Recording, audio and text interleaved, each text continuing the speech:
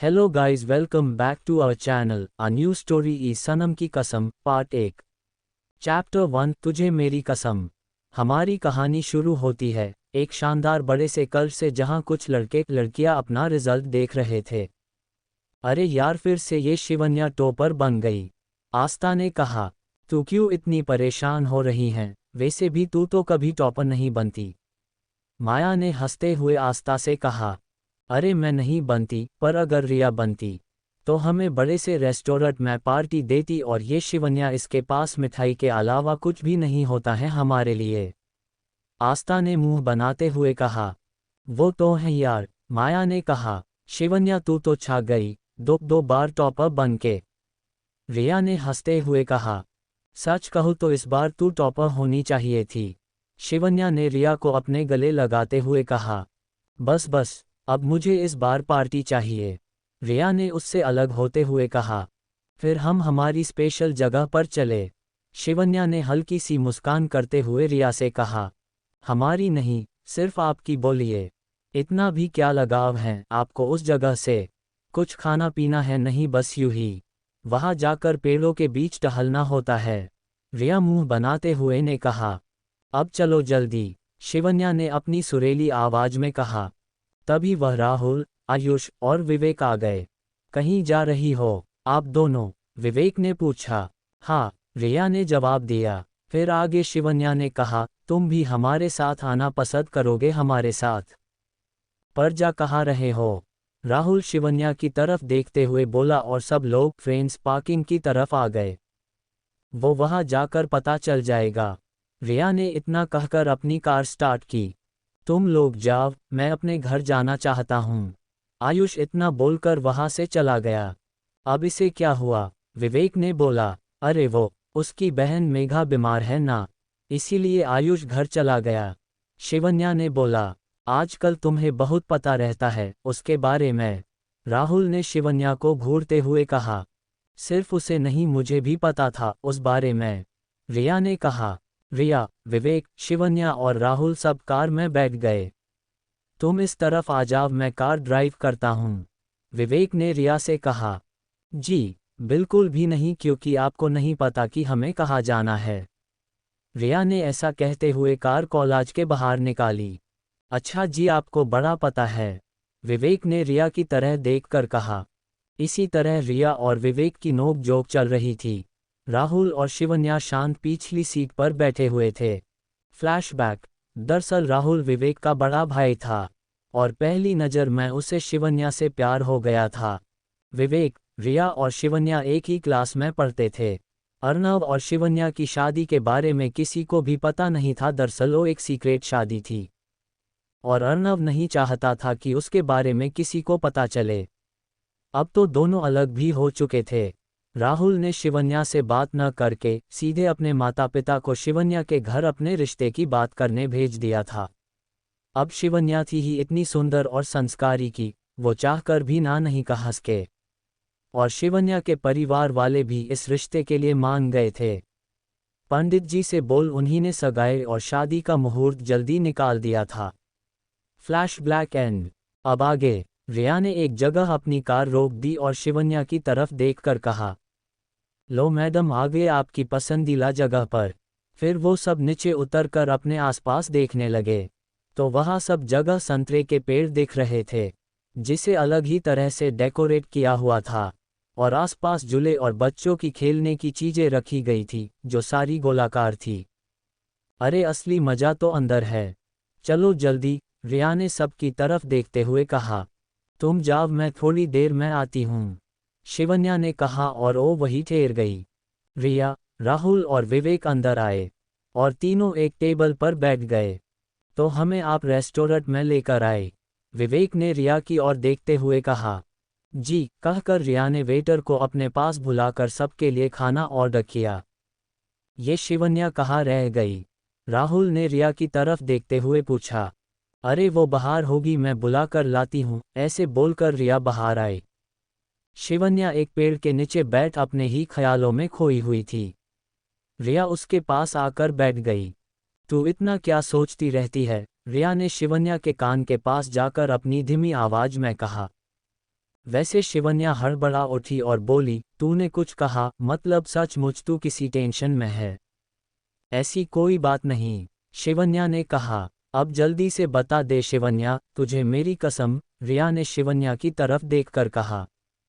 वो कल मेरी सगाई है, तो उसी के बारे में सोच रही थी। ऐसा कहते हुए शिवन्या की आंखों से आंसू आने लगे। और तू राहुल से बिल्कुल प्यार नहीं करती, क्योंकि तेरे मन में अभी भी अर्णव है, यही ना? रिया ने शिवन्या का चेहरा अपने हाथों में लेकर बोला। उनकी सारी बातें राहुल सुन रहा था। उसने एक शैतानी हंसी हंसते हुए अपने कदम आगे बढ़ाए। शिवन्या जान चलो जल्दी, हमें बहुत भूख लगी है। ऐसा कहते हुए राहुल शिवन्या के करीब आकर उसका हाथ पकड़ लेता है और खींचते हुए रेस्टोरेंट के अंदर लेकर आता है। वो अपनी चेयर पर बैठकर शिवन्या को बैठने का इशारा करता है। तभी शिवन्या को अर्णव के साथ बिताए पल याद आने लगते हैं। कैसे अर्णव बैठने से पहले एक जेंटलमैन की तरह उसके लिए चेयर आगे करके बिठा देता था और फिर खुद बैठता था। अचानक शिवन्या को महसूस होने लगा कि उसका अर्णव उसके पास है, वो उसके लिए वो सब कर रहा है। शिवन्या के चेहरे पर एक प्यार भरी स्माइल आ गई और वो बैठ गई। वो देख रिया सोचने लगती है कि ऑरेंज सर्किल में आते ही शिवन्या कुछ अजीब बिहेव करने लगती है, कभी हंसती है तो कभी रो पड़ती है। आखिर क्या होता होगा इसे? मैंने न्यूज़ में सुना था कि किसी ने अपनी गर्लफ्रेंड के लिए ऑरेंज सर्कल ये रेस्टोरेंट बनवाया था। विवेक ने रिया की तरफ देखकर कहा। वो कोई और नहीं बल्कि अर्णव सिंह ठाकुर थे, राहुल ने कहा। उनका भी नाम अर्णव था। रिया ने अनजाने में राहुल को सवाल कर दिया। उनका भी मतलब और किसका नाम अर्णव है? राहुल ने गुस्से से रिया की तरफ देखते हुए कहा।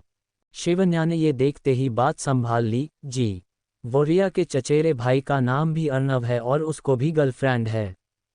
मैंने उनके अलावा अब तक किसी का नाम अर्णव सुना नहीं, इसीलिए पूछा। राहुल ने शांत होकर बोला। चैप्टर 2 कल मेरी सगाई है, शादी नहीं। शिवन्या का घर। रिया शिवन्या को अपने घर छोड़कर अपने घर चली गई। अरे शिवन्या बेटा आ गई। दादी ने शिवन्या की तरफ आकर कहा। जी दादी, आपको कोई काम था? शिवन्या ने अपनी सुरीली आवाज में कहा। वो आज तेरा रिजल्ट था न, तो कैसा रहा? दादी ने शिवन्या के माथे से हाथ फेरते हुए पूछा। आपके आशीर्वाद से इस बार फिर से फर्स्ट आई हूँ दादी, शिवन्या ने हल्की सी मुस्कान के साथ कहा और दादी के पैर छू लिए। ऐसे ही अपना और हमारा नाम रोशन करते रहना। ऐसा कहते हुए दादी ने शिवन्या को आशीर्वाद दिया। अरे मैं तो तुझे बताना भूल गई, देख पड़ोस की प्रिया ने तुम्हें मेहंदी निकलने छत पर बुलाया है। दादी ने ये कहते ही शिवन्या अपने कमरे में चली आई और फ्रेश होकर तैयार होने लगी। दीदी कल मैं आपकी सगाई में क्या पहनूं? राम ने पूछा। उसे बताएगी तो प्लीज मुझे भी बता देना दीदी, उस पर मीरा बोल पड़ी। उनका छोड़ो, मैं क्या कहती हूँ शिवन्या, तू कल पार्लर जाओगी तो तेरे साथ कौन जाने वाला है? माधवी ने बैग ठीक करते हुए कहा। माधवी और मीरा शिवन्या की चाचा जी की बेटियां थी, तो राम और आरोही शिवन्या के सगे भाई बहन थे। कोष्टक। अरे हाँ हाँ, सबको सब बताओगी, पर मुझे कोई बोलने का मौका तो दो, शिवन्या ने चिल्लाकर कहा तो सब शांत होकर उसकी बात सुनने लगे। राम, तू कल अपनी बर्थडे के लिए गई कपड़े पहन लेना। शिवन्या के ये कहते ही राम बोल पड़ा। पर दीदी मुझे तो नए कपड़े चाहिए थे। एक बात कान खोलकर सुन लो और समझ लो, कल मेरी सगाई है, शादी नहीं। पहले ही इतना सारा खर्चा हो चुका है, शादी के लिए ले लेना अपनी पसंद के कपड़े, शिवन्या ने राम को देखकर कहा। तो राम मान गया। खर्चा हुआ है तो वो तुम्हारे ससुराल वालों के नखरे थे, हमारे नहीं ना शिवन्या। उनको तो सारी चीजें हाई फाई और ब्रांडेड चाहिए, माधवी ने पीछे शिवन्या से चिल्लाते हुए गुस्से में कहा। और माधवी बाहर आकर सीढ़ियां चढ़ने लगी। दीदी रुको जाओ, क्या हुआ आपको? शिवन्या उसके पीछे उसको आवाज देते हुए आती छत पर आती है। शिवन्या तू जा यहाँ से, मुझे अकेले रहने दे। ऐसा कहते हुए माधवी ने शिवन्या को धक्का दिया तो शिवन्या जमीन पर गिर गई। तो उसकी चुड़िया टूटकर उनकी कांच शिवन्या के हाथ में चुभ गई और शिवन्या के हाथ से खून निकलने लगा। तभी वहां प्रिया आ गई। वो शिवन्या को उठाते हुए बोलती है। शिवन्या खुद को संभाला करो ना, देखो तुम्हारे हाथ से खून निकल रहा है, चलो मैं तुम्हें दवाई लगा देती हूँ। ऐसा बोलकर प्रिया शिवन्या को छत से कूदकर अपने कमरे में ले आती है और उसके जख्म पर पाउडर डाल पट्टी कर देती है। चल अब जल्दी से बता तुम्हें कैसी मेहंदी डिज़ाइन चाहिए, प्रिया ने शिवन्या से नाराजगी के साथ कहा। अब तुम मेरे हाथ में मेहंदी कैसे निकाल पाएगी, शिवन्या ने अपनी आंखों के आंसू पोंछते हुए कहा। तेरा बिल्कुल मन नहीं है ना ये सगाई करने का, प्रिया अपनी आईब्रोस ऊंची करते हुए शिवन्या से बोली। नहीं यार, ऐसी कोई बात नहीं है, बस कल का सारा फंक्शन अच्छे से हो जाना चाहिए बस, शिवन्या अपनी आंखें नीचे रखकर बोली। तुम्हें पता है शिवन्या, तुम्हें झूठ बोलना बिल्कुल नहीं आता, तो अब मुझे सच सच बताओ।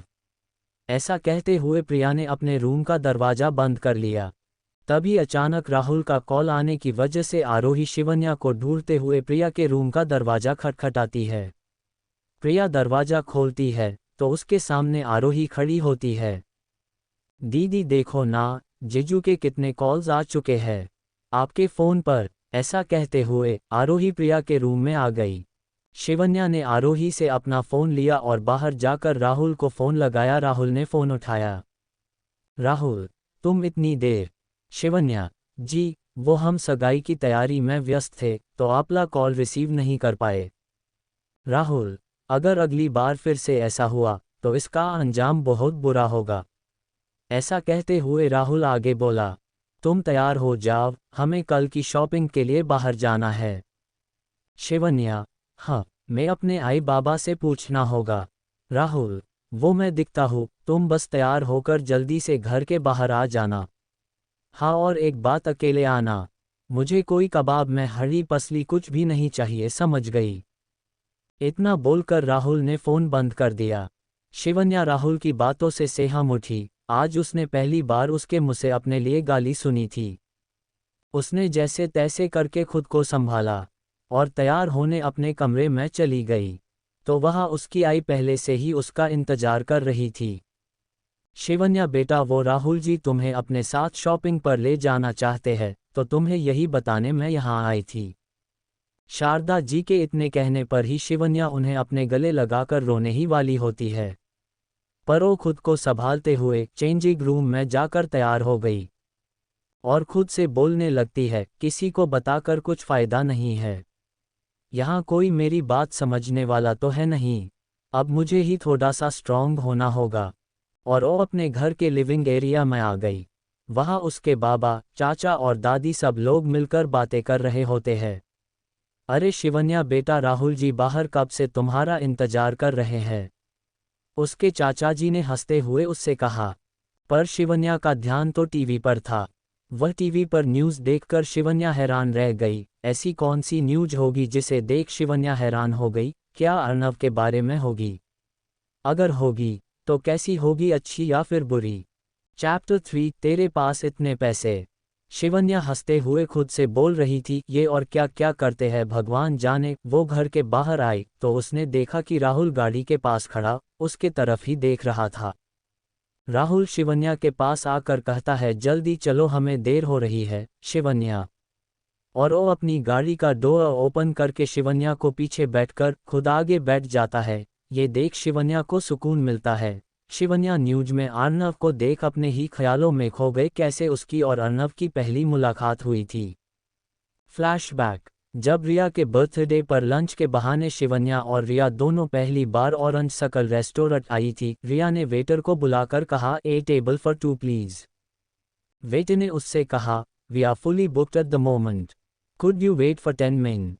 रिया ने उससे कहा, ओके, हम कुछ देर रुक सकते हैं। फिर कुछ देर बाद वेटर उनके पास आता है और कहता है, माँ your table is ready, please come this way. फिर वो दोनों ही एक टेबल पर बैठ जाती है। वेटर उनसे पूछता है, can I take your order? तो रिया उसे उल्टा सवाल करते हुए बोलती है, what else do you recommend? Misal pav is very popular. Waiter के ये कहते ही रिया 2 मिसल पाव और 1 पाव भाजी की ऑर्डर दे देती है। अपनी ऑर्डर आने तक वो दोनों बातें करने लगती है। शिवन्या, देखना ये रेस्टोरेंट कितने अच्छे से सजाया हुआ है। रिया ने शिवन्या की तरफ देखते हुए कहा।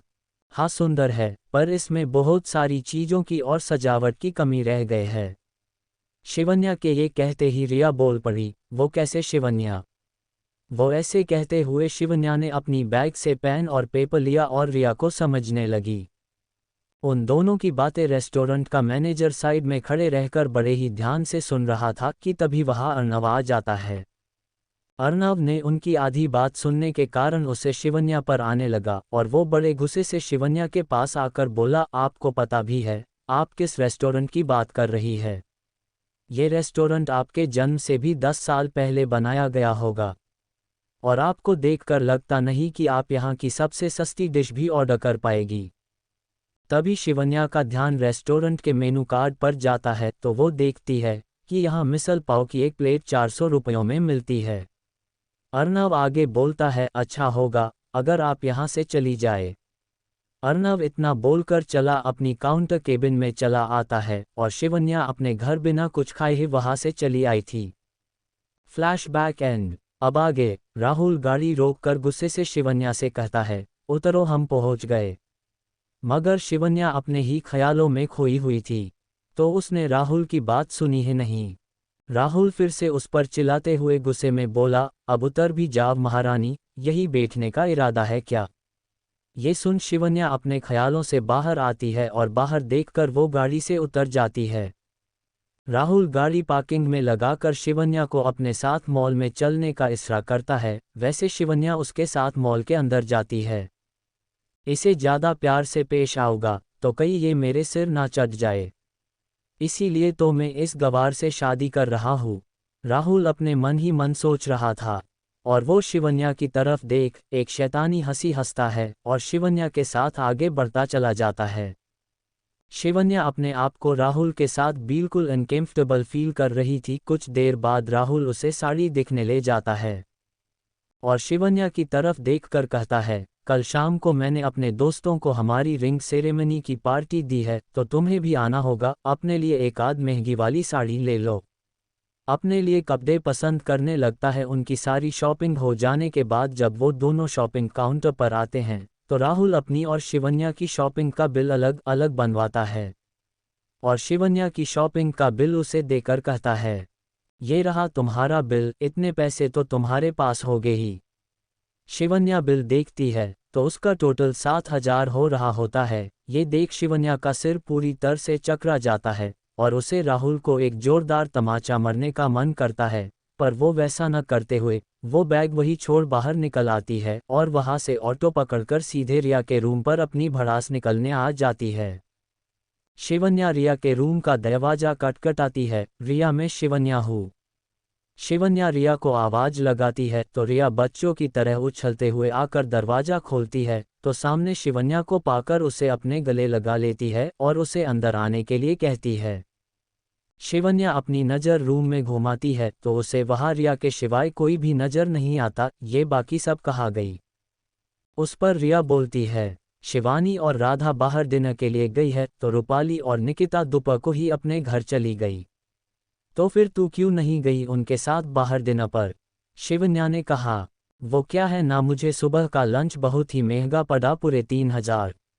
ऐसा बोलकर रिया अंदर आकर अपने बेड पर बैठ गई तो उसके पास बैठते हुए शिवन्या ने कहा, सॉरी यार, मुझे लगा था सबका बिल राहुल भरेगा, पर वो तो सीधे हाथ धोकर गाड़ी में आकर बैठ गया। उसने ये भी नहीं सोचा कि उसका अपना भाई, वो खुद उसकी होने वाली पत्नी साथ है। वैसे ऊपर के 3,000 विवेक ने अपने पेटीएम से पे कर दिए थे, रिया ने कहा। तो शिवन्या ने कुछ सोचते हुए उसे अपनी बैग से 3,000 निकाल कर देने लगी। रिया ने उसे लेने से मना कर दिया तो शिवन्या ने उसे अपनी कसम देकर रखने के लिए कहा और विवेक से एमएसजी पर उसका बैंक अकाउंट जैसे तैसे मांग के उसके 3,000 शिवन्या ने अपने पेटीएम से पे कर दिए। रिया ने उसका चेहरा अपने हाथ में लेते हुए पूछा, तेरे पास आज इतने पैसे कैसे आए? चैप्टर 4 जिससे शादी उसी से प्यार।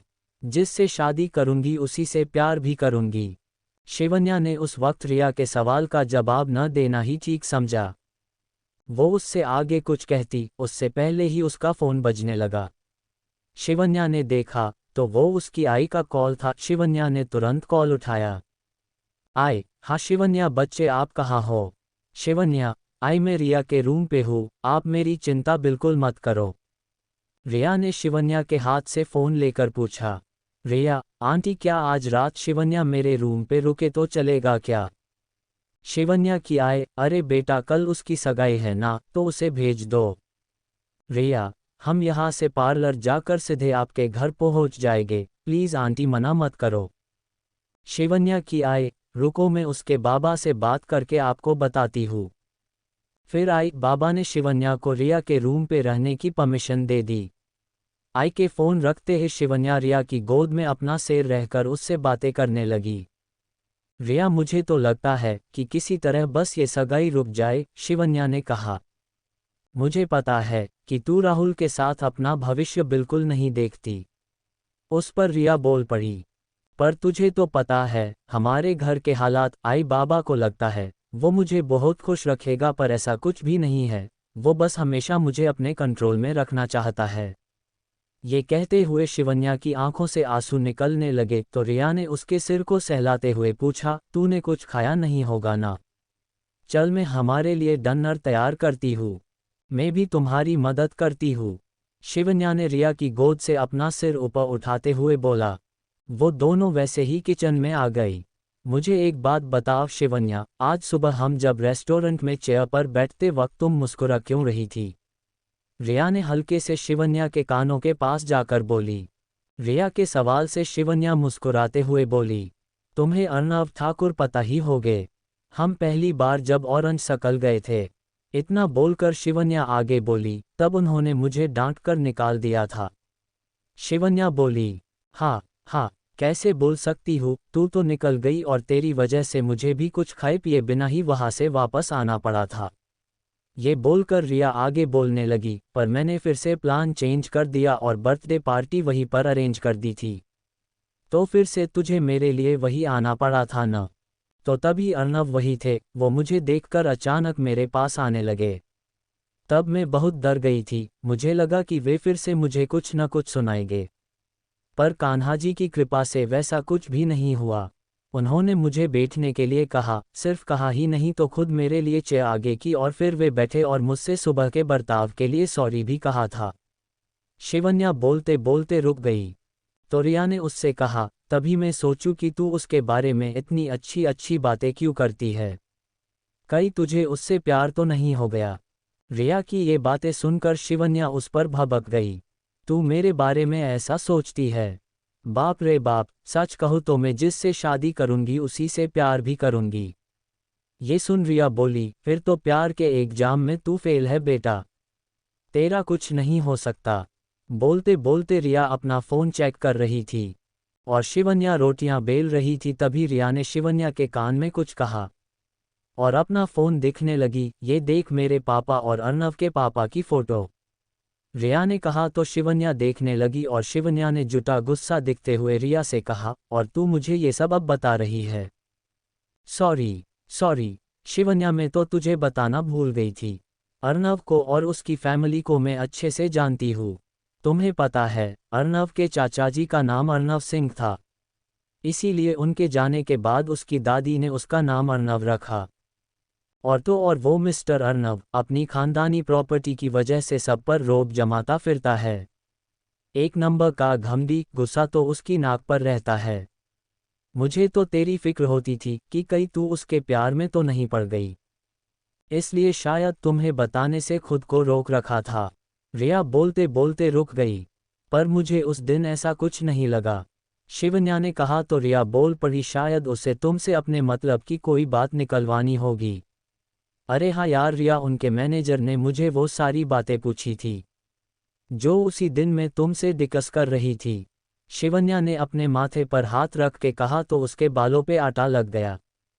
शिवन्या बिल्कुल जोकर की तरह लग रही थी, इसलिए रिया हंसने लगी। फिर कुछ देर बाद वो दोनों खाना खाकर बेडरूम में आकर बातें कर ही रही थी कि तभी शिवानी और राधा भी आ गई और वो सब मिलकर ढेर सारी बातें करने में व्यस्त हो गए।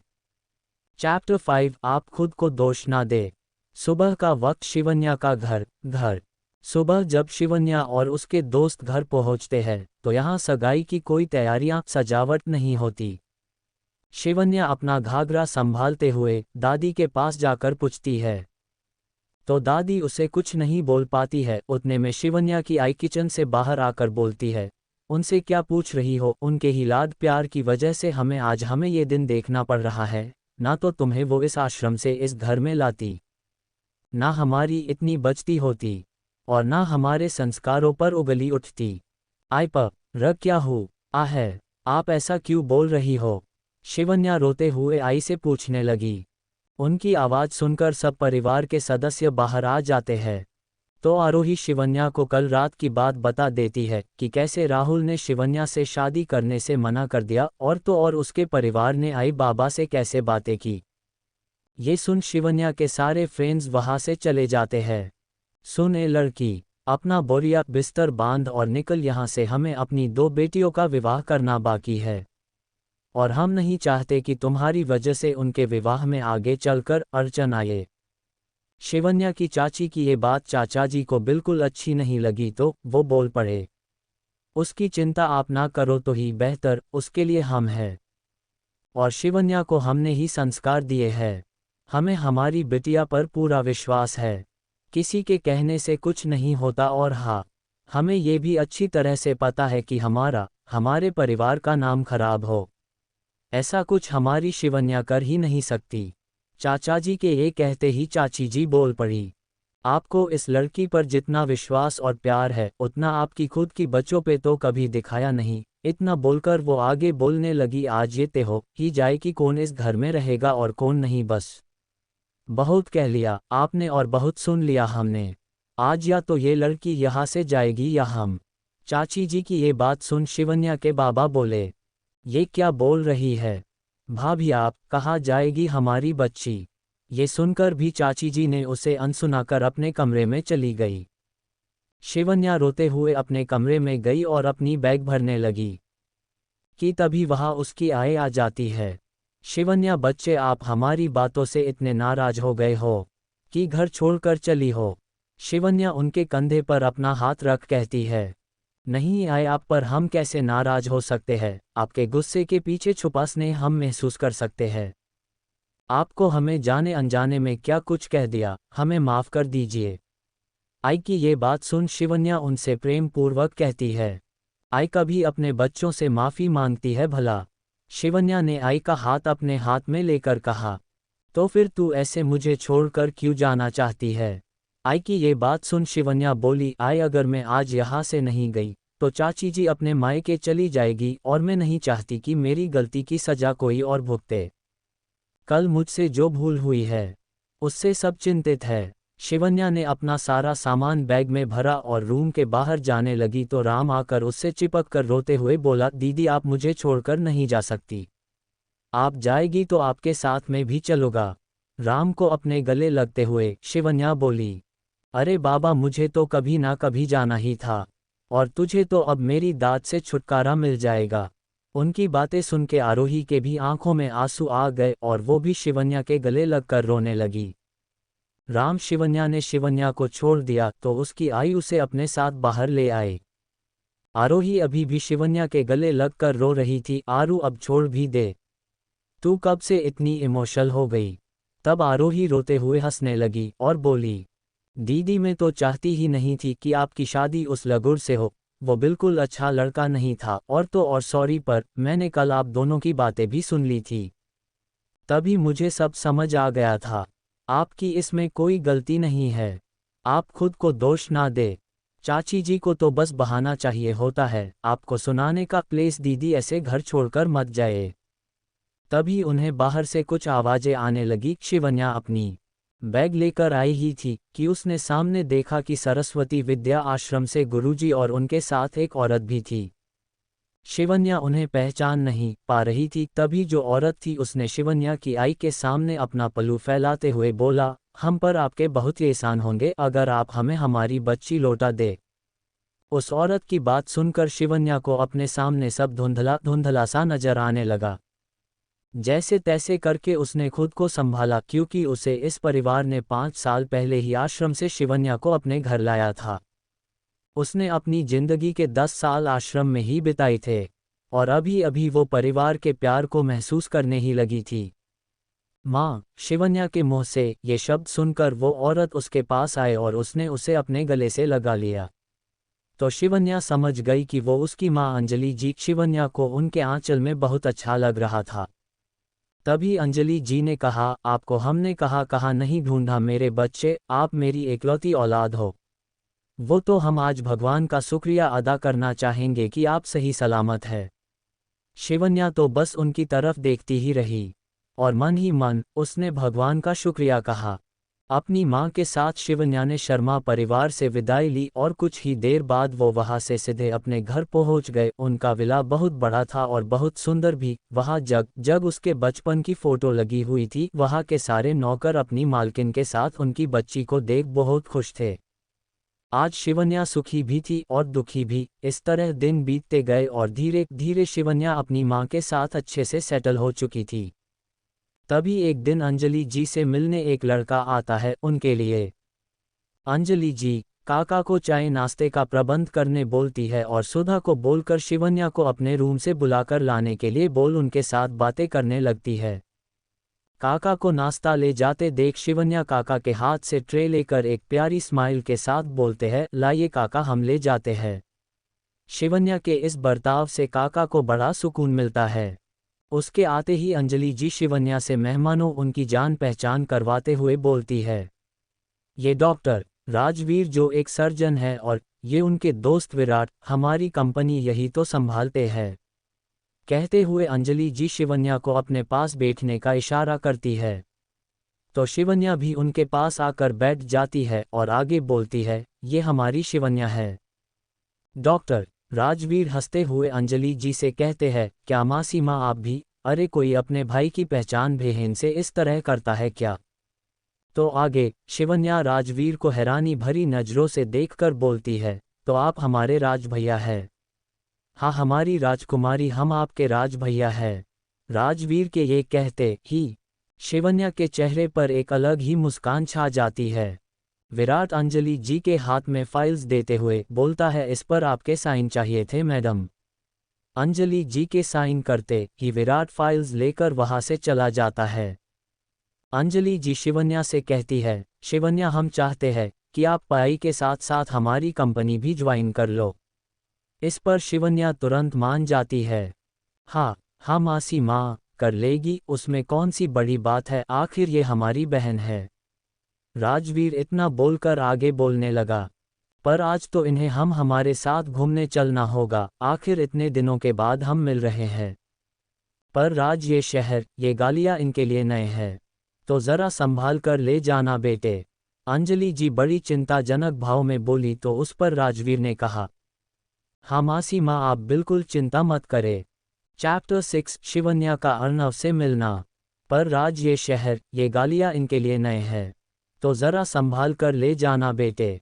अंजलि जी बड़ी चिंताजनक भाव में बोली तो उस पर राजवीर ने कहा, हाँ मासी माँ आप बिल्कुल चिंता मत करें। फिर कुछ देर बाद शिवन्या तैयार होकर नीचे आई तो सबकी नज़रें उस पर ही थी। उसने रेड और ब्लैक कॉम्बिनेशन वाला एक खूबसूरत सा सूट पहना था तो अपने बाल खुले छोड़ नीचे से थोड़े कलकर फेस पर लाइट मेकअप किया था।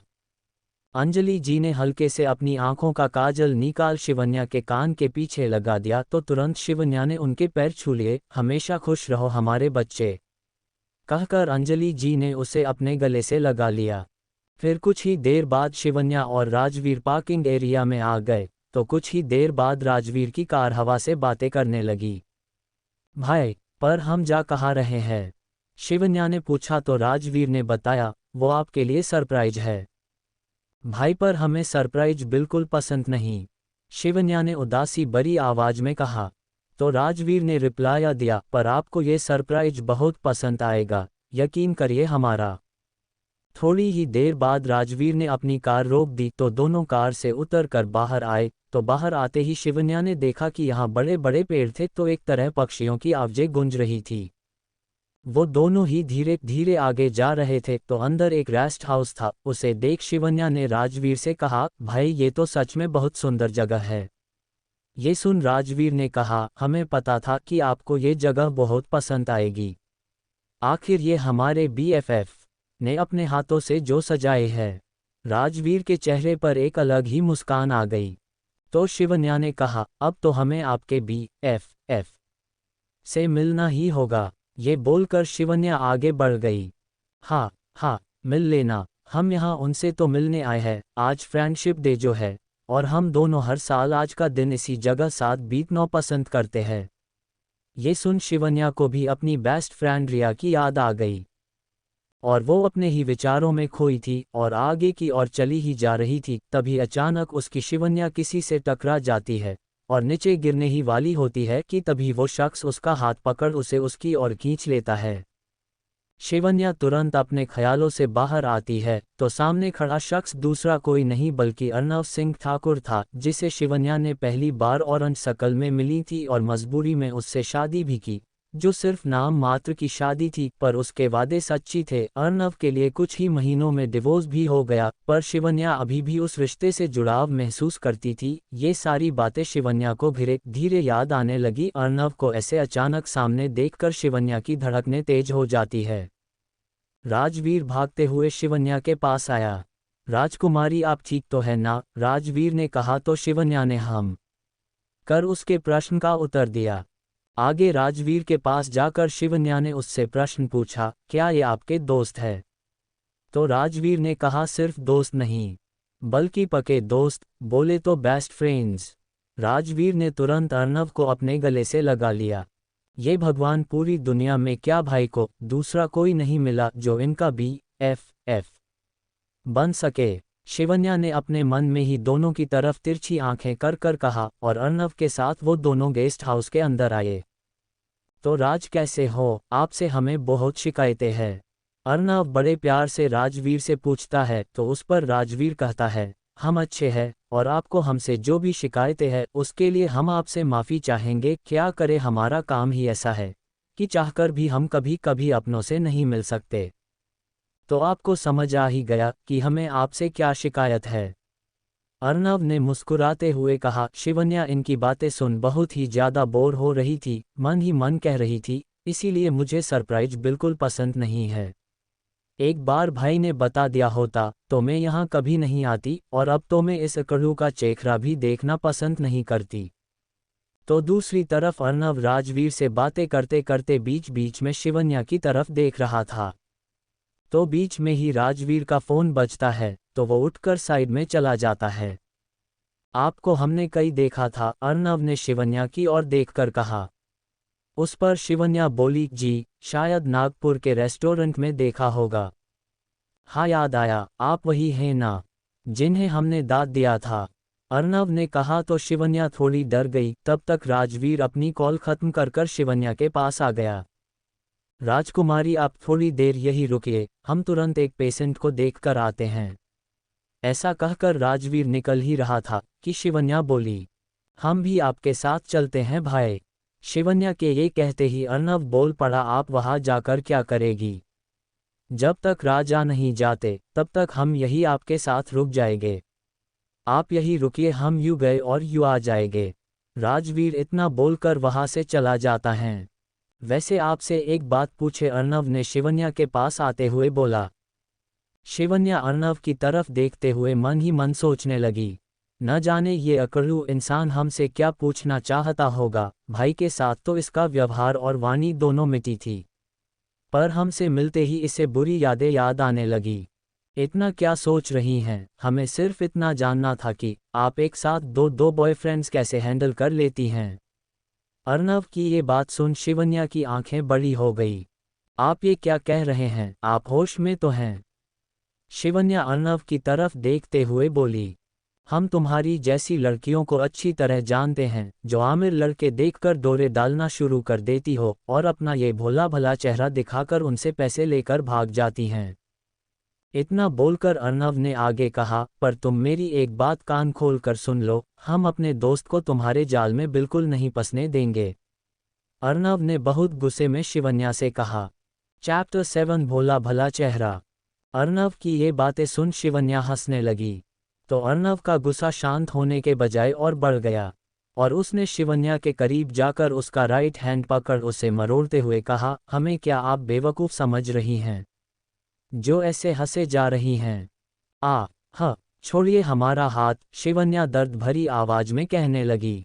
पर अर्णव ने उसका हाथ नहीं छोड़ा तो शिवन्या अपना हाथ छुड़कर अर्णव से कहा, उसमें समझने की क्या बात है, वो तो आप हो। शिवन्या की ये बात सुन अर्णव उससे कहता है, how did you tell me सिली?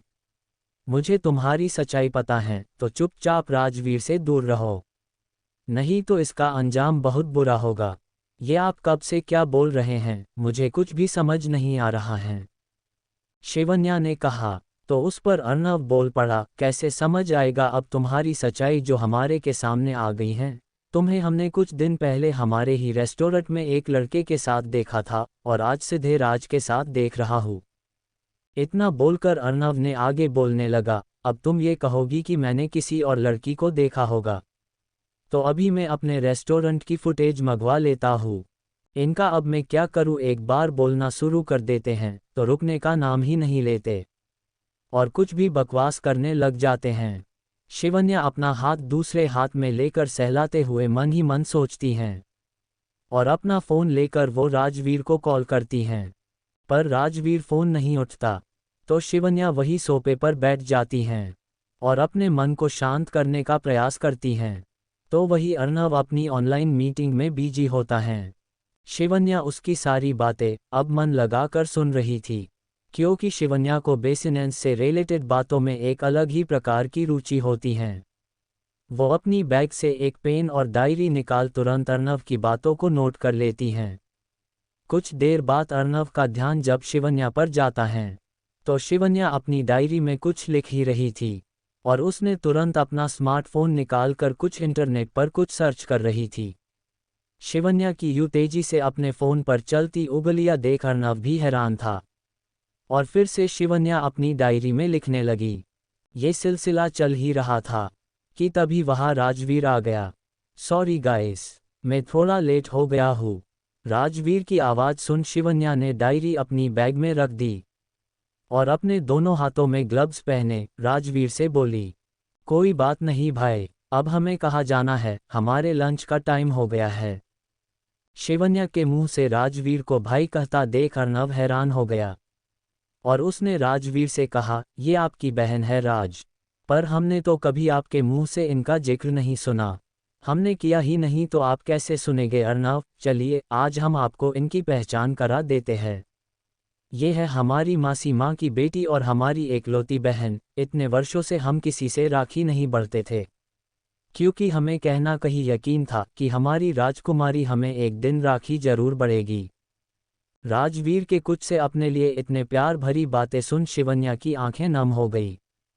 वही दूसरी तरफ अर्णव के तो होश ही उड़ गए। वो मन ही मन सोचने लगा, ये भगवान, ये लड़की जब ही हमारे सामने आती है पता नहीं हमें क्या हो जाता है और कोई न कोई मुसीबत खड़ी हो जाती है। अब न जाने इसने राज से कुछ कह दिया तो वो हमसे कितना नाराज होगा। अब हमें ही कुछ सोचना होगा।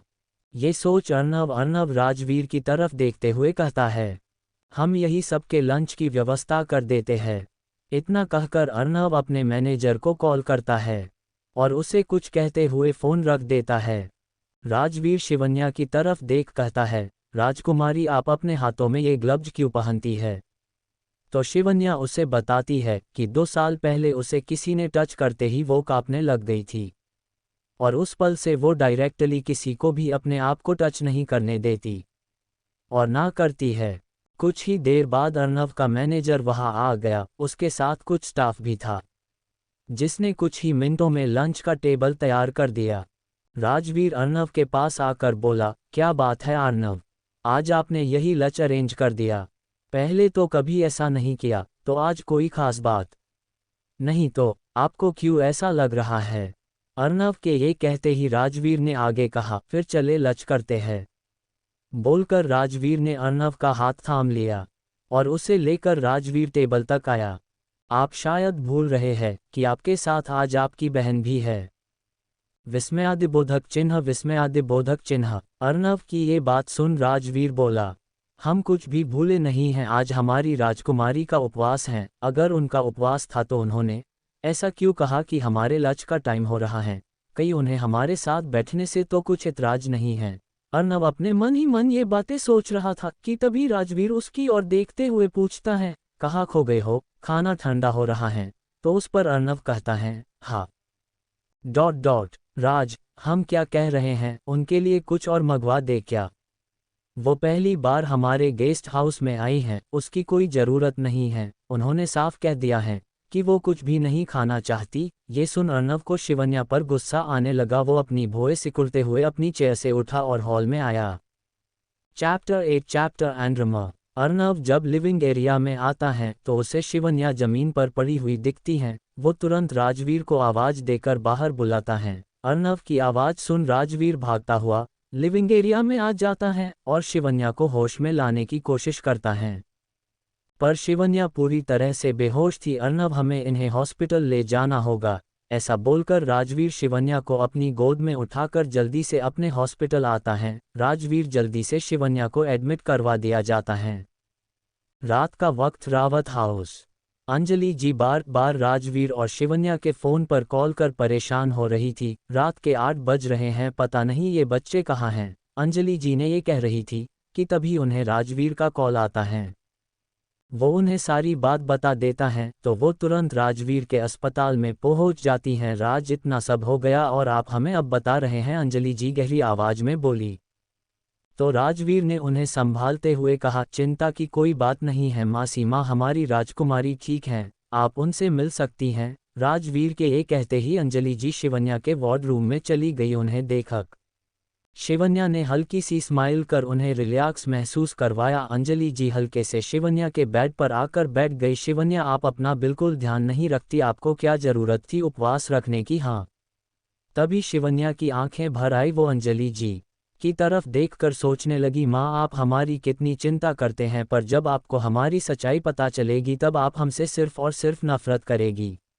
अभी आपने कुछ नहीं खाया होगा ना शिवन्या, आपके लिए हम अपने हाथों से खाना बनाकर लाए हैं, अब आप अपने हाथों से खाएगी या हमें अपने हाथों से आपको खिलाना होगा मेरे बच्चे? अंजलि जी के बोलते ही शिवन्या ने हामी भरी। दूसरी तरफ अर्नव और राजवीर के केबिन में बैठ बातें कर रहे थे। राज, अब उनकी तबीयत कैसी है? अर्नव राजवीर से पूछता है तो राजवीर उसे बताता हुए कहता है, अब वो पहले से बेहतर हैं। पर राज, वो ऐसे अचानक बेहोश कैसे हुई?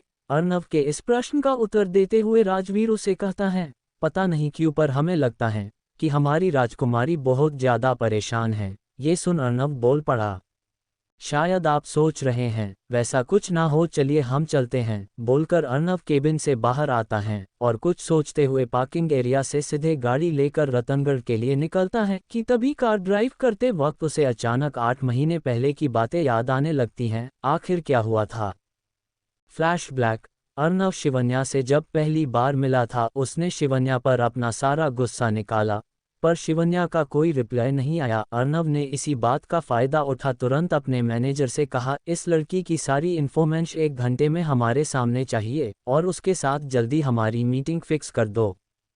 ये बोल उसने मैनेजर को जाने का इशारा किया था। जैसा अर्नव ने कहा वैसे ही मैनेजर ने शिवन्या की सारी डिटेल्स निकाल अर्नव के सामने पेश की और फिर अर्नव ने धीरे धीरे कर उसके दिल में अपने लिए जगह बनाकर शिवन्या के साथ सीक्रेट तरीके से कोर्ट मैरिज कर अपने प्लान को अंजाम दिया और उसे अपने घर छोड़ अर्नव लंदन चला गया। Flash black and. अर्नव की ब्लैक कार हवेली के सामने आकर रुकती हैं, तभी 2 वॉचमैन सलाम करते हुए गेट खोलते हैं। कार अंदर मुड़कर अर्नव नीचे उतर जाता है कि तभी ड्राइवर आकर अर्नव को सलाम करते हुए कार पार्किंग एरिया में ले जाता है। अर्नव को आता देख उसकी बहन प्रिया दौड़कर अर्नव के पास आती हैं और अर्नव से पूछती हैं, दादा क्या हुआ है, आज आप इतने लेट आ रहे हो और राज भी फ़ोन नहीं उठा रहे हैं? उसकी बात सुन अर्नव कहता है, आपको हमारे लेट होने से कोई मतलब नहीं है तो सीधे पूछ क्यों नहीं लेती कि हमारे राज ठीक हैं या नहीं? अर्नव की ये बात सुन प्रिया थोड़ी नाराज होकर अपने रूम में चली जाती हैं और आसमान में पूनम का चांद देखकर खुद से कहती हैं, दादा आप नहीं समझोगे, ये दिल की बातें सिर्फ दिल ही जाने, और वैसे भी आपके पास तो दिल ही नहीं है किसी को देने के लिए। राजवीर हमारे दिल की वो धड़कन है जो एक बार नहीं धड़की तो हमारी आत्मा हमसे अलग हो जाए। काश दादा आपकी जिंदगी में भी कोई ऐसा हो जिसके लिए आप पजेसिव हो, और हमें यकीन है कि भगवान ने आपके लिए भी इसी ना किसी को तो बनाया होगा जो आपके पत्थर दिल को माखन जैसा बना दे। उस दिन का हमें इंतजार रहेगा।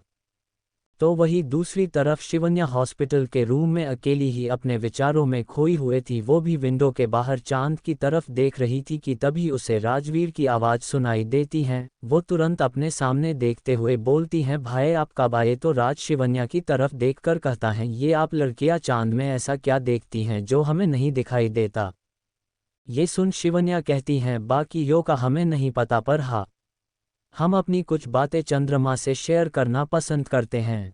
और ये समझ लीजिए कि अपने आप ही हमें आपने कुछ प्रश्नों के उत्तर मिल जाते हैं। शिवन्या के मुंह से ये बातें सुन राजवीर कहता है, आप चाहे तो हमें अपना दोस्त समझ बातें कर सकती हैं। चैप्टर 9 लाडली। सुबह का वक्त, ठाकुर हवेली। अर्नव अपने रूम में तैयार होकर अपने रूम से बाहर आ ही रहा था कि तभी ड्राइवर आकर उसके सामने खड़ा होता है। उसकी तरफ देखते हुए अर्नव कहता है, बोलिए राघव, क्या काम है? छोटे मालिक, रात को गाड़ी में हमें ये बैग मिला तो हम आपको वही लौटाने आए थे। राघव ने नजरें झुकाकर ही अर्नव से कहा। अर्नव ने एक नज़र उस बैग पर डालते हुए कहा, ये बैग आपको हमारी कार में मिली, इसका किसी को पता नहीं चलना चाहिए, समझे आप? ये बोलकर अर्नव ने उसे शांत रहने का इशारा करते हुए जाने के लिए बोला तो ड्राइवर हाँ में सिर हिलाकर वहां से तुरंत चला गया। वो बैग लेकर अर्नव ने अपने अलमारी में रख दी और नीचे आकर डाइनिंग की चेयर पर बैठ गया। उसे राघव के हाथ से बैग लेते हुए प्रिया ने देख लिया था और वो अपने मन में सोच रही थी, आखिर दादा के पास वो लेडीज बैग किसका होगा और उसमें ऐसा क्या है जिसे दादा सबसे छुपा रहे हैं? आखिर चल क्या रहा है इस घर में? कि तभी अर्नव के पापा राजीव जी प्रिया के पास आते हुए उसे कहते हैं, पीहू चलिए नाश्ता कर लेते हैं, आज काफी दिनों बाद अर्नव हमारे साथ नाश्ता करेंगे। अपने पापा की बात सुन प्रिया अपने ख्यालों से बाहर आते हुए हम इतना बोल नाश्ता करने बैठ जाती हैं। अर्नव की तरफ देख राजीव जी कहते हैं, अर्नव आजकल आप काफी बीसी रहने लगे हो। अपने पापा की बात सुन अर्नव कहता है, बीसी तो होना होगा पापा, क्योंकि अगले पूरे महीने हमें प्रिया की शादी की तैयारियां जो करनी है, तो अभी हम अपने सारे काम अपने स्टाफ को समझाने में व्यस्त हैं। बच्चे थोड़ा खुद पर भी ध्यान दिया करो। सुवर्णा जी की ये बात सुन अर्नव पीछे मुड़कर कहता है, माँ आपको हमेशा यही लगता है कि हम खुद पर कम ध्यान और काम पर ज्यादा ध्यान देते हैं। आखिर हम आपके बच्चे जो हैं, वैसे हमारी प्यारी दादी कहाँ हैं? वो दिखाई नहीं दे रही हैं। अर्नव की बात सुन सुवर्णा जी कहती हैं, आपकी दादी का सर दर्द हो रहा है, वो अपने कमरे में आराम कर रही हैं। हमारी शादी तो हो जाएगी, पर अब हमें आपकी शादी के बारे में सोचना होगा दादा। आखिर कब तक ये घर ऐसे बिना बहू के रहेगा? वैसे भी आप मुझसे बड़े हैं। प्रिया की ये बात सुन अर्नव नाश्ता छोड़कर बाहर चला जाता है। ये देख सुवर्णा जी कहती हैं, क्या करें हम इनका? और पीहू आप तो अपने दादा को अच्छे से जानते हो ना कि उन्हें इन सब बातों में कोई दिलचस्पी नहीं है, वो लड़कियों से दूर रहना ही पसंद करते हैं। उनकी बात सुन प्रिया कहती हैं, पर माँ आप ही बताए कितने दिन दादा ऐसे अकेले रहेंगे? आप ही कहती हैं ना कि जोडिया उपवाला बनाता है, तो वो हमारे दादा को भला कैसे भूल सकता है? हमें सिर्फ उसे ढूंढना होगा, उनके पास भी अपना कहने के लिए कोई तो होना चाहिए। तो वहीं दूसरी तरफ शिवन्या हॉस्पिटल से अपने घर आ चुकी थी। वो अपने कमरे में अपनी बैग ढूंढ रही थी जिसमें उसने अपनी डायरी रखी थी, पर उसे वो कहीं नहीं मिल रही थी। तो वो अपने पास फ़ोन उठती हैं और राजवीर को कॉल करती हैं, पर उसका फ़ोन बंद आ रहा होता है। शिवन्या तू क्यों इतना परेशान हो रही हैं? वैसे भी उस बैग में सिर्फ डायरी है और तेरे अलावा उसे कोई नहीं पढ़ सकता, और पढ़ भी लिया तो किसको कुछ समझ नहीं आएगा, चील कर। ऐसा बोल शिवन्या खुद ही को तसल्ली दिए जा रही थी। फिर वो कुछ सोचते हुए अपने कमरे से बाहर आकर अंजलि जी के पास जाकर कहती हैं, माँ हम आपसे कुछ बात करना चाहते हैं। तो अंजलि जी शिवन्या की तरफ देखते हुए बोलती हैं, उसमें इतना पूछना क्या? निष्कोच होकर कहिए क्या कहना चाहती हैं। माँ वो हमारा लास्ट सेम बाकी है, तो हमें अगले 2-3 दिनों में नागपुर के लिए निकलना होगा। शिवन्या के कहते ही अंजलि जी बोली, तो ठीक है आप चली जाना। उस पर शिवन्या ने रिप्लाई देते हुए कहा, जी माँ फिर हम कल ही जाना चाहेंगे। ये बोल शिवन्या अपने रूम में चली जाती हैं। तभी शिवन्या का फ़ोन बजने हैं, वो देखती हैं तो राजवीर भी का नाम शो हो रहा होता था। शिवन्या तुरंत फ़ोन रिसीव करती हैं तो राजवीर उसे कहता है, बस 10 मिनट्स राजकुमारी हम आ रहे हैं आपसे राखी बंधवाने। ये सुन शिवन्या की आंखें फैल जाती हैं और वो अपने मन में ही कहती हैं, dot dot dot dot, Shivanya अभी तुझे कितनी सारी तैयारियां करनी हैं यार, डॉट डॉट डॉट, ये सब तो बाद में भी हो सकता है। और वो फ़ोन रख फिर से बाहर आकर एक बार अरेंजमेंट्स देख लेती हैं और फिर कुछ ही देर बाद राजवीर और उसका सारा परिवार रावत हाउस आ जाते हैं। अंजलि जी शिवन्या को अपनी दीदी से मिलते हुए कहती हैं, शिवन्या ये आपकी मासी माँ हैं, डॉट डॉट डॉट। तभी राधा जी शिवन्या को अपने गले से लगाकर कहती हैं, कैसे हैं मेरी बच्ची, और कभी तुम्हें हमारी याद भी आती है या नहीं। ये सुन वहाँ खड़े सब लोगों की आंखें भर आती हैं, क्योंकि जैसे राजवीर अपनी मासी माँ का लाडला था वैसे ही बचपन में शिवन्या अपनी मासी माँ की लाडली थी। और कुछ ही देर बाद शिवन्या राजवीर को राखी बांधकर उसने अपना गिफ्ट मांगती हैं, तो राजवीर उसे कहता है, आपको हम भला क्या गिफ्ट दे सकते हैं, पर हाँ एक वचन जरूर देंगे। चैप्टर 10 तकलीफ, आपके लिए हम अच्छा सा राजकुमार ढूंढ लाएंगे। राजवीर की इस बात पर सब हंसने लगते हैं। एक महीने बाद आज शिवन्या नागपुर से सीधी रतनगढ़ के लिए निकली थी, क्योंकि राजवीर और प्रिया की शादी अर्नव ने अपनी हवेली में ही रखवाई थी। बेचारी शिवन्या खुश होने की बजाय परेशान हो रही होती हैं। वजह थी अर्नव ने कुछ महीनों पहले दी अपनी कसम, और शिवन्या भला कैसे तोड़ सकती हैं अर्नव की कसम। पूरे रास्ते वो बस अपने ही विचारों में खोई हुई होती हैं, उसके आसपास क्या हो रहा था वो भी उसे दिखाई नहीं दे रहा था। शिवन्या कुछ लगभग 8 घंटे बाद ठाकुर हवेली पहुंच ही गई। अर्नव सभी को इंस्ट्रक्शंस दे रहा था कि तभी उसकी नज़र शिवन्या पर पड़ती हैं। वो पास खड़ी चंदा से कहता है, उनसे कहिए पीछे के गेट से अंदर आए। चंदा एक बार अर्नव के चेहरे को घूरकर अपनी गर्दन नीचे करके शिवन्या के पास आकर उसका बैग अपने हाथ में ले उसे पीछे के गेट से अंदर लाती हैं। तभी अंजलि जी उसके पास आकर बोलती हैं, शिवन्या आप जल्दी से तैयार होकर नीचे आ जाओ, थोड़ी ही देर बाद मेहंदी की रस्म शुरू हो जाएगी। जी माँ हम अभी तैयार हो जाते हैं। इतना कहकर वो चंदा के साथ अपने कमरे में जाती हैं। दीदी आपको किसी भी चीज़ की ज़रूरत हो तो हमसे बोल दे, हम यही हैं। ये बोल चंदा वहाँ से चली जाती हैं। उसके जाते ही शिवन्या अपने कमरे का गेट बंद कर लिए और अपने बालों में हाथ रख वो पीठ के बल बेड पर लेट गई। उसके सिर में दर्द हो रहा था और आंखों से आंसू निकल रहे थे, पर फिर भी शिवन्या ने जैसे तैसे कर अपने आप को संभाला और वो तैयार होकर नीचे आ गई। सुवर्णा जी शिवन्या के पास आए और उसे मेहंदी के फंक्शन में शामिल करते हुए मेहंदी निकलने वाली से कहा, इनके हाथ पर हमें सबसे शानदार मेहंदी चाहिए, समझ गई आप। वही अर्नव दूर से ही उसे देख रहा था। शिवन्या गागरे में बड़ी ही खूबसूरत दिख रही थी। तभी वहाँ राधा जी आकर शिवन्या से पूछती हैं, शिवन्या आपका चेहरा हमें उतरा उतरा क्यों लग रहा है। तो उस पर रिप्लाई करते हुए वो कहती हैं, वो मासी माँ हम पूरी तरह से थक गए हैं, ना इसी वजह से हमारा चेहरा आपको उतरा हुआ दिख रहा होगा।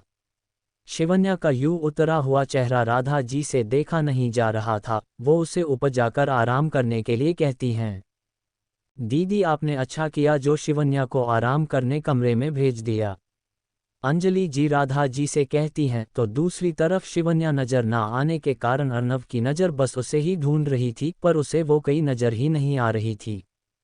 काफ़ी देर बाद अर्नव जब अपने कुछ काम से बेडरूम की ओर जा रहा था कि तभी उसका ध्यान शिवन्या को दिए कमरे की ओर जाता है।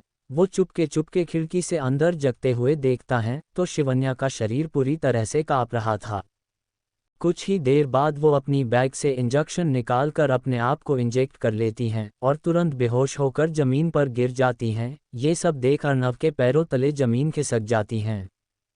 उसका सर चकराने लगता है। वो खुद से बात करते हुए कहता है, पागल है क्या ये लड़की, ऐसा कोई करता है भला।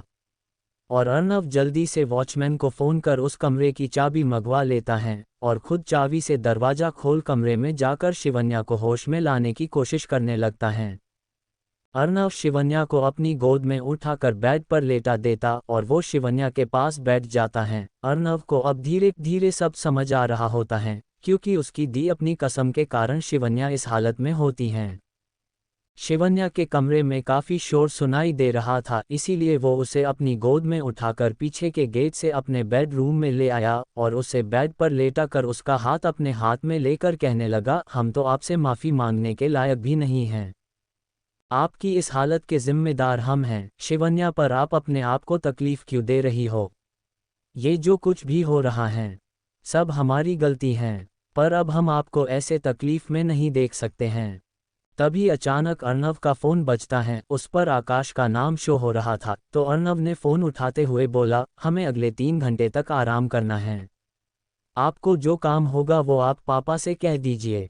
और उसने अपना फ़ोन ऑफ कर साइड रख दिया।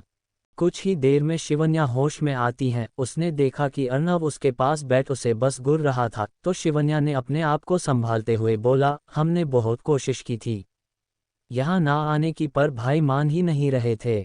उन्होंने ड्राइवर के साथ अपनी कार भेज दी, तो मेरे सामने कोई भी ऑप्शन नहीं बचा। अभी भी उसका शरीर अपने सामने अर्नव को देख काँप रहा था। पूर्णविराम।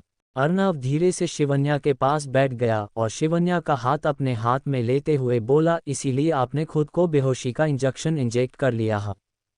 क्यों कर रही हो आप ऐसा? उस दिन भी आपने खुद को बिल्कुल इसी तरह इंजेक्ट किया था।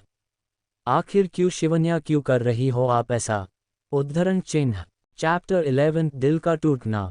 अर्नव के इस प्रश्न का शिवन्या के पास कोई जवाब नहीं होता, इसलिए वो अपनी आंखें बंद कर अपनी ही सांसों को महसूस कर रही होती हैं। उसकी आंखों से आंसू आने लगते हैं। तो उसे देखते हुए अर्नव आगे बोलने लगता है, क्योंकि आप नहीं चाहती कि किसी को हमारी शादी के बारे में गलती से भी पता चले, और चल भी गया तो लोग आपको दोष दे, हमें नहीं। आखिर क्यों करती हैं आप हमसे इतना प्यार? आखिर दुख के सिवा आज तक हमने आपको दिया ही क्या है? और हर बार हमने आप पर गुस्सा ही तो किया है। अर्नव की ये बात सुन शिवन्या बोलने लगी, आप जैसा सोच रहे हो वैसा कुछ नहीं है। हम तो खुद आपसे दूर रहना चाहते हैं और जल्द से जल्द डिवोर्स बस।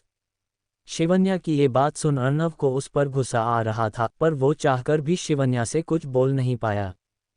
आगे बोलते हुए शिवन्या ने कहा, हम अब ये राज ज़्यादा दिनों तक राज अपने मन में दबा कर नहीं रख सकते। अच्छा होगा कि आप हमें इस शादी से आज़ाद कर दे।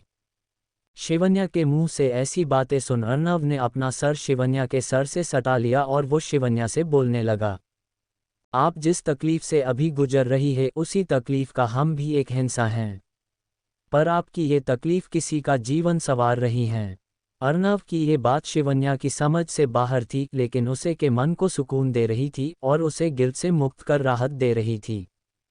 कि तभी अर्नव शिवन्या से दूर होते हुए फ्रेश होने के लिए वॉशरूम चला जाता है। शिवन्या अपने आसपास देखती हैं तो उसे समझ आता है कि ये उसे दिया गया कमरा नहीं बल्कि अर्नव का पर्सनल बेडरूम है। वो अपने आप से बातें करते हुए कहती हैं, वाह क्या रूम है, पर ये हमें यहाँ कैसे लाए होगे? मानना पड़ेगा इनके एक से बढ़कर एक गलत अनुमानों को। हम भला खुद को क्यों बेहोशी के इंजेक्शनों से इंजेक्ट करेंगे? पर हमारी बात ये अकड़ू इंसान सुने समझे तब ना। सही कहा है किसी ने, जो इंटेलिजेंट लोग होते हैं वो अक्सर प्यार के मामले में कच्चे होते हैं। इसीलिए तो हम सिर्फ इनके बिजनेस माइंड से प्यार करते हैं, इनसे नहीं। हमने इनके माइंड को अच्छी तरह समझ लिया है। अब बस किसी तरह हमें इनसे छुटकारा पाना होगा। हम इनकी तरह इमोशनलेस ह्यूमन बिल्कुल नहीं जी सकते, जो बस अपने काम के लिए ही जीता हो। कि तभी अर्नव फ्रेश होकर वॉशरूम से बाहर आता है और अपने फ़ोन से किसी को कॉल करते हुए कहता है, प्रसाद जी हमारे कमरे में आप तुरंत भोजन की थाल बना भिजवा दे।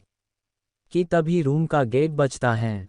अर्नव बाहर खड़े नौकर के हाथ से थाल ले अंदर आता है और वो थाल शिवन्या के पास रख कहता है, आप जल्दी से फ्रेश होकर खाना खाकर नीचे आ जाना, हम नीचे जाकर संगीत के फंक्शन की तैयारियां देखते हैं। अर्नव को नीचे आता देख राजीव जी राहत की सांस छोड़ते हुए कहते हैं, आप गए हमारे शेर, अब हमें कोई चिंता नहीं। और अर्नव को देखकर सब अपने अपने काम एकदम सही ढंग से करने लग गए। अर्नव ने नीचे आकर फंक्शन की सारी अरेंजमेंट एक बार अच्छे से देख ली और वो अपने कुछ करीबी दोस्तों से मिल ही रहा था कि तभी वहाँ शनाया आ गई। उसे देख अर्नव के तो होश ही उड़ गए, पर उसने शनाया से कुछ नहीं कहा। वो बस उसे इग्नोर करते हुए वहाँ से दूसरी ओर चला गया। पर वही कुछ मेहमान बातें करने लगे, अरे यही है ना वो जिसे अर्नव अपनी जान से भी ज़्यादा चाहता था, और कहते हैं कि इसकी याद में तो उसने एक शानदार रेस्टोरेंट भी खोला है। क्या नाम है उसका? Orange circle. Right aunty, Shivanya ने बीच में ही आते हुए एक औरत से बोला। तो अर्नव का सारा ध्यान उस पर गया और फिर कुछ ही देर बाद संगीत का फंक्शन स्टार्ट हो जाता है। सब अपने अपने डांस में व्यस्त होते हैं और ना चाहते हुए भी अर्नव को शनाया के साथ डांस करना पड़ रहा था, क्योंकि वो नहीं चाहता था कि उसकी वजह से फंक्शन में कोई भी बड़ा आए। वही अर्नव की दादी शनाया को गुस्से से घूर रही थी, तो प्रिया और राजवीर अपने से गीत में अर्नव और शनाया को करीब देख खुश थे। और शिवन्या तो बस चेयर पर बैठी सबको डांस करता देख रही थी। तभी अचानक वो अपने मन में सोचने लगी कि आखिर क्यों उसे शनाया और अर्नव को यूं डांस करता देख अंदर ही अंदर बुरा लग रहा है। और बस कुछ ही देर बाद शिवन्या जब वॉशरूम में जाती हैं तो उसे वहां अर्नव और शनाया एक दूसरे की बाहों में दिखाई देते हैं। अर्नव शिवन्या को वॉशरूम के मिरर में देख लेता है, पर शिवन्या का तो दिल पूरी तरह से टूट जाता है और वो वहां से तुरंत भागते हुए अपने कमरे में चली आती हैं और न चाहते हुए भी वो फफकर रोने लगती हैं। अर्नव तुरंत शनाया को छोड़ शिवन्या के पीछे भागता हुआ कमरे में आ जाता है और शिवन्या को समझाते हुए कहता है, शिवन्या आप समझ रही हैं, वैसा हम दोनों के बीच अब कुछ नहीं है। अर्नव शिवन्या को समझने की हर एक कोशिश कर लेता है, पर फिर भी शिवन्या उसे किसी भी बात का कोई रिप्लाई नहीं देती और बस अपना चेहरा दूसरी ओर कर अर्नव को इग्नोर करने की पूरी कोशिश कर रही होती हैं। Chapter 12 contract. तो अर्नव अपने दोनों हाथों से शिवन्या को पकड़ झट से उसके माथे पर किस करता है। अर्नव ये सब इतनी जल्दी करता है कि शिवन्या को कुछ समझने का मौका ही नहीं मिलता। वो अर्नव को अपने से दूर करते हुए बाहर की ओर जाने लगती हैं, तो अर्नव तुरंत शिवन्या का हाथ पकड़ उससे कहता है, जो फ़र्क फोरहेड पर की गई इस किस और उस हग में है, वही फ़र्क शनाया और आप में है। शिवन्या, अब आपको जो समझना है वो आप समझिए। तो तभी उन दोनों के मोबाइल नोटिफिकेशन बेल बजती हैं, तो अर्नव शिवन्या का हाथ छोड़ अपने मोबाइल में देखते हुए कहता है, सो फिनली आप कल इस अनचाहे शादी के रिश्ते से आज़ाद होने वाली हैं। ये कहते वक्त अर्नव की आवाज़ भारी हो जाती है और वो वहाँ से निकलकर अपने कमरे में चला जाता है। अब इन्हें अचानक क्या हो गया, कहते हुए वो अपने फ़ोन में आया एमएसजी देखती हैं तो उसे पता चलता है कि उनकी शादी का जो कॉन्ट्रैक्ट उसने साइन किया था वो उम्र भर का नहीं बल्कि सिर्फ 6 महीने का था और वो कल ख़त्म हो जाएगा। सुबह का वक्त ठाकुर हवेली। सुबह के 10 बज रहे थे। शिवन्या का उतरा हुआ चेहरा देख अंजलि जी कहती हैं, क्या हुआ बेटा, आपको कोई परेशानी है? तो उस पर शिवन्या सिर्फ अपना सर नहीं में हिलाते हुए राजवीर और प्रिया के पास आकर उन्हें हल्दी लगाती हैं और वहां से दूर एक कोने में भूत बनी खड़ी हो जाती हैं कि तभी उसके फ़ोन की रिंग बजती है, पर शिवन्या फ़ोन रिसीव नहीं करती।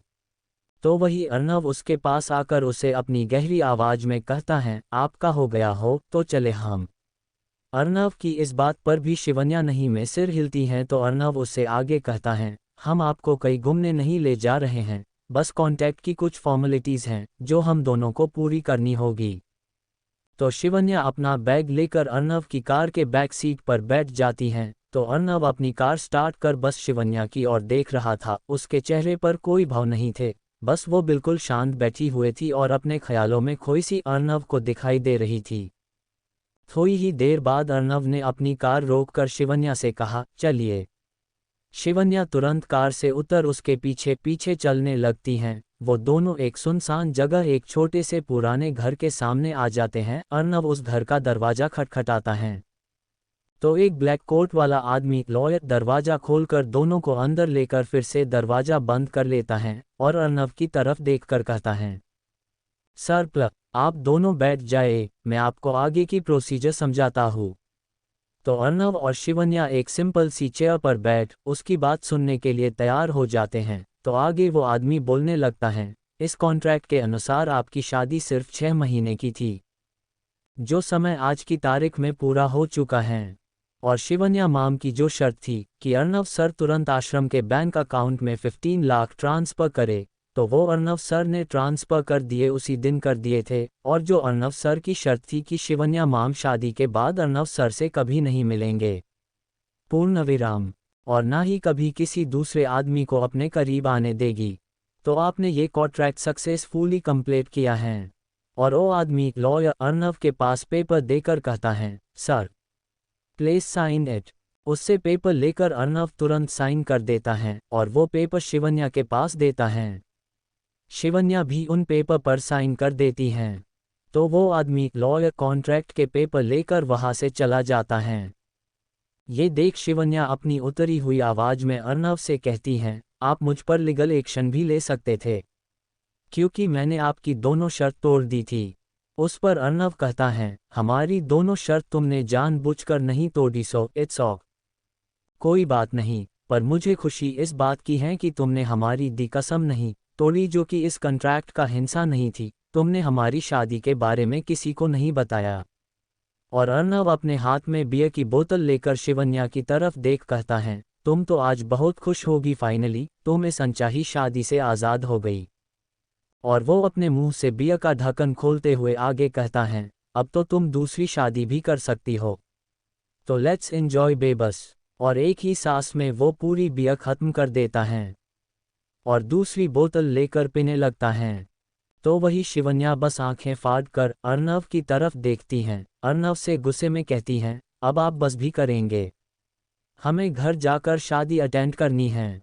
और वो वहां से जाने लगती हैं।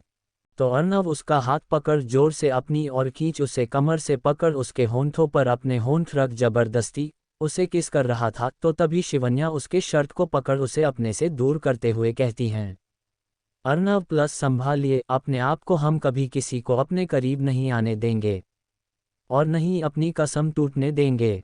ये सब मैं अपनी कसम खाकर कहती हूँ। प्लस अब आप अपने दिल और दिमाग से शांत रहिए। ये सब बोलते वक्त शिवन्या की आंख से आंसू और होंठों से हल्का सा खून निकल रहा होता है। चैप्टर 13 कुमकुम। हमने कहा ना कि अब आप आज़ाद हैं, फिर क्यों अपने आप को किसी कसम में बांध रही हो? हा, क्योंकि हमने भगवान के सामने आपके साथ 7 फेरे लिए हैं और आपने हमारे गले में अपने नाम का मंगलसूत्र डाल मांग में अपने नाम का कुमकुम लगाया था। पूर्ण विराम। शिवन्या के ये कहते ही अर्नव बोल पड़ा, पर तुम्हारे गले का मंगलसूत्र हमने अपने हाथों से निकाल कर फिर तुम्हारे हाथों में दिया था, और तो और कुमकुम भी अपने इन्हीं हाथों से मिटा दिया था। तो हमारे बीच अब कोई रिश्ता नहीं रहा, समझी तुम? अर्नव की ये बात सुन शिवन्या ने शांत रहना ही ठीक समझा, क्योंकि अर्नव की आंखों से भी आंसू निकल रहे थे। कुछ समय वहीं बिताकर वो दोनों वापस हवेली पहुंच गए। दोपहर का वक्त, रतनगढ़ ठाकुर हवेली। रिया आकर शिवन्या से मिलते हुए बोलती हैं, शिवन्या तुम यहाँ? तो उस पर शिवन्या जवाब देते वक्त कहती हैं, वो। शिवन्या के इतना कहते ही अर्नव बोल पड़ता है, उनका छोड़ो, तुम बताओ तुम यहाँ कैसे? वो अर्नव दरअसल में बस आकाश से मिलने आई थी। रिया के ये कहते ही अर्नव उससे दांत पिसते हुए बोलता है, बड़ी बहन ने हमें पैसों के लिए अपने जाल में फंसा था और अब छोटी बहन हमारे भाई को फंसना चाहती हैं। हमसे ज़रा तमीज से बात करना सीख लो, क्योंकि हम तुम्हारे घर के नौकर नहीं हैं। दफ़ा हो जाओ हमारी नज़रों से। अर्नव को रिया से ऐसे बात करते हुए शिवन्या मन ही मन सोचती हैं, मतलब शनाया जी रिया की बहन है। मुझे ये तो पता था कि कभी कभार रिया मुझसे झूठ बोलती है, पर इसने तो मुझसे कई सारी बातें भी छुपाई हैं और पता नहीं मुझे इसके बारे में क्या क्या पता चलने वाला है। अर्नव की बातें सुनकर रिया शिवन्या से कहती हैं, चल शिवन्या यहाँ से, और शिवन्या का हाथ पकड़ वहाँ से जाने लगती हैं। तो शिवन्या एक बार अर्नव की तरफ देखती हैं तो अर्नव शिवन्या को घूर रहा होता है। तो शिवन्या तुरंत रिया का हाथ छोड़कर उसके पीछे पीछे चली जाती हैं। ये देख अर्नव अपने मन ही मन सोचता है, इस लड़की को और कोई नहीं मिला था जो इसने उस रिया से दोस्ती कर ली, वैसे भी इनकी ये दोस्ती हम ज़्यादा दिन नहीं टिकने देंगे। ये बोल अर्नव अपने काम में लग जाता है। शादी की रस्म शुरू होने में अभी काफ़ी टाइम था, तो शिवन्या और रिया शिवन्या को दिए गए कमरे में आकर बैठे थे। तूने देखा ना शिवन्या, ओ अर्नव मुझसे कैसे बातें करता है, इसी वजह से मेरी दी ने उससे ब्रेकअप किया था। ना तो वो उनसे ढंग से बातें करता था और नहीं उन्हें टाइम देता था। अब तू ही बता कौन सी लड़की ऐसे लड़के के साथ रहना पसंद करेगी? ये बातें सुन शिवन्या ने रिया से कहा, हम। अरे पर ज़रा धीरे बोल रिया, कहीं वो अकड़ू सुन न ले। और जब तक तुम यहाँ हो तब तक उन्हें छोटे ठाकुर कहकर ही बुलाना होगा तुम्हें। उस पर रिया ने शिवन्या से कहा, हाँ यार शिवन्या, तू बिल्कुल सही कह रही हैं। कि तभी राजवीर आकर कमरे के गेट पर नोक करते हुए कहता है, क्या हम अंदर आ सकते हैं? क्या भाई, ये भी कोई पूछने की बात है? आए न। राजवीर अंदर आते हुए शिवन्या से कहता है, भाई की शादी है और बहन को कोई फिक्र ही नहीं। राजवीर के ये कहते ही शिवन्या बोलती हैं, हमें क्या करना चाहिए, अब आप ही बताए। तो राजवीर कहता है, आपको हमें तैयार करने में मेकअप आर्टिस्ट की मदद करनी होगी, देखिए तो उन्होंने हमारा क्या हाल कर दिया है। राजवीर के होंठों पर लिपस्टिक देख रिया जोर जोर से हंसने लगती हैं, तो उसे देख शिवन्या ने हंसते हुए ही राजवीर से कहा, भाई आपका मेकअप तो कमल का बांदा लगता है। ये सुन राजवीर बोला, इसीलिए राजकुमारी हम आपसे मदद मांगने आए हैं। तो इसीलिए आपको अपनी बहन की इतनी याद आ रही थी, हाँ। शिवन्या ने कहा, तो राजवीर ने हाँ में सिर हिला दिया। और शिवन्या और रिया राजवीर के कमरे में आ गए। वहाँ विक्रम पहले से ही मौजूद था। उसकी तरफ इशारा करते हुए राजवीर ने शिवन्या से कहा, ये रहे हमारे मेकअप आर्टिस्ट। ये सुन शिवन्या और जोर से हंसने लगी। कुछ ही देर बाद शिवन्या ने राजवीर का अच्छे से मेकअप कर विक्रम से कहती हैं, आपने तो मेकअप के नाम पर भाई को जोकर बना दिया था। ये सुन विक्रम शिवन्या से कहता है, वैसे भी इसे शादी के बाद प्रिया का जोकर ही बनना है, तो मैंने सोचा क्यों ना मैं अभी से इसे जोकर बना प्रिया को सौंप दूं। ये बोल विक्रम भी हंसने लगा। तो रिया ने शिवन्या से कहा, शिवन्या क्या तुम्हें तैयार नहीं होना। शिवन्या ने हाँ में सिर हिलाते ही रिया उसे राजवीर के कमरे से बाहर ले आए। तुम मुझे एक बात बताओ, क्या सच में डॉक्टर राजवीर सिंघानिया तुम्हारे भाई हैं? रिया की ये बात सुन शिवन्या ने कहा, हाँ यार, सच में वो मेरे भाई हैं। यही बात तो मैं तुझसे कर रही थी कि बीच में ही छोटे ठाकुर आ गए। वाह यार शिवन्या, तेरे फैमिली तो सच में बहुत आमिर होगी ना। रिया की बात सुन शिवन्या कहती हैं, क्यों तेरी फैमिली कुछ कम आमिर तोड़ी हैं? शिवन्या की ये बात सुन रिया उससे नजरें चुराते हुए कहती हैं, चल जल्दी शिवन्या, आज मैं तुम्हें अपने हाथों से तैयार करती हूँ। चैप्टर 14 बारात। रिया ने शिवन्या को एकदम अच्छे से तैयार कर दिया। तभी अंजलि जी राधा जी के साथ उसके कमरे में आकर शिवन्या की नज़र उतारते हुए कहती हैं, आप तैयार हो गई हो तो हम चले। अंजलि जी की बात सुन रिया उनसे कहती हैं, आंटी आप चलिए, हम थोड़ी ही देर में आते हैं। वो क्या है ना, मैंने शिवन्या के लिए गजरा मंगवाया है तो वो अभी तक आया नहीं, हम बस वही लगवा कर आते हैं। रिया की ये बात सुन राधा जी अंजलि जी से कहती हैं, चलो हम चलते हैं, ये बाद में आ जाएगी। तो राधा जी की बात सुन अंजलि जी उनके साथ नीचे जाकर बारात में शामिल हो जाती। रिया तूने माँ से झूठ क्यों बोला कि गजरे आने बाकी हैं? शिवन्या के इस सवाल पर रिया ने कहा, अरे यार वैसे भी तू उनके साथ जाकर भी क्या करती, और वैसे भी आज रात ही हमें नागपुर के लिए निकलना है, तो तोड़ा चील कर और ज़रा बाहर देख, सारे आमिर जादे लड़के वहाँ अर्नव के पास खड़े हैं, तो ज़रा हम भी अपना टशन दिखाते हुए उनके सामने से जाएंगे। और रिया ने अपनी बैग से गजरा निकाल शिवन्या के बालों में सेट कर दिया और खुद भी तैयार हो गई। रिया मुझे बहुत डर लग रहा है, तेरे दिमाग में कब क्या खिचड़ी पकती है इसका कोई अंदाजा नहीं लगा सकता। शिवन्या की बात सुन रिया उसे कहती हैं, अब देख शिवन्या, मेरी तो लाइफ विवेक के साथ सेट है, मुझे तो मेरी BF की फिक्र है कि इसका क्या होगा। ना तो तू किसी लड़के से खुद बात करती हैं, ना किसी को अपने पास आने देती हैं। रिया की ये बातें सुन शिवन्या मन ही मन कहती हैं, आज तो मैं किसकी वजह से पक्का मरने वाली हूँ। तो रिया शिवन्या से कहती हैं, मरने वाली नहीं बल्कि मारने वाली हो। रिया की बात सुन शिवन्या कहती हैं, तुझे कैसे पता कि मैंने अपने मन में क्या सोचा?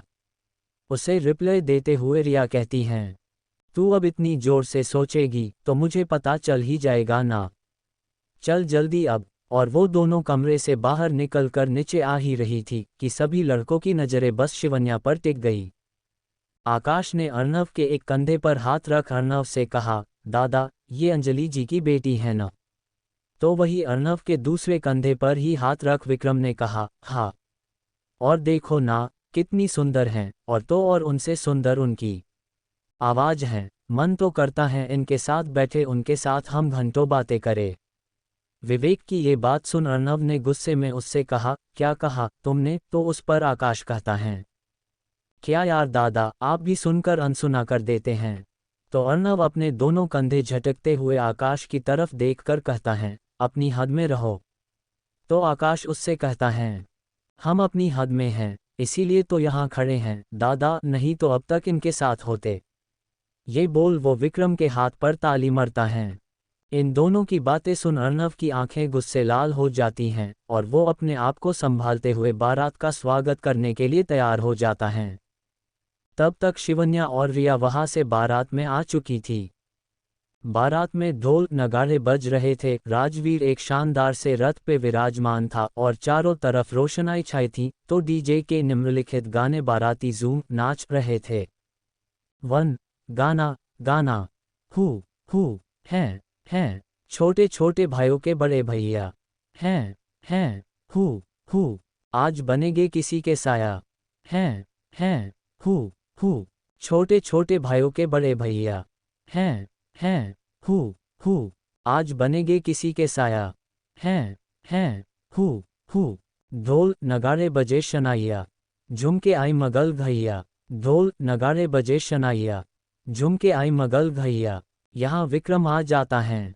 भाभी के संग होली में रंग गुलाल उड़ाएगे, आएगी जब जब दिवाली मिलके दीप जलाएगे, हैं हा छोटे छोटे भाइयों के बड़े भैया, हैं हु आज बनेगे किसी के साया, हैं हु झिलमिल हो गई हैं अखियाँ, याद आएगी बचपन की घैया, नए सफ़र पर लग जाएगी प्यार की इनके हथकैया।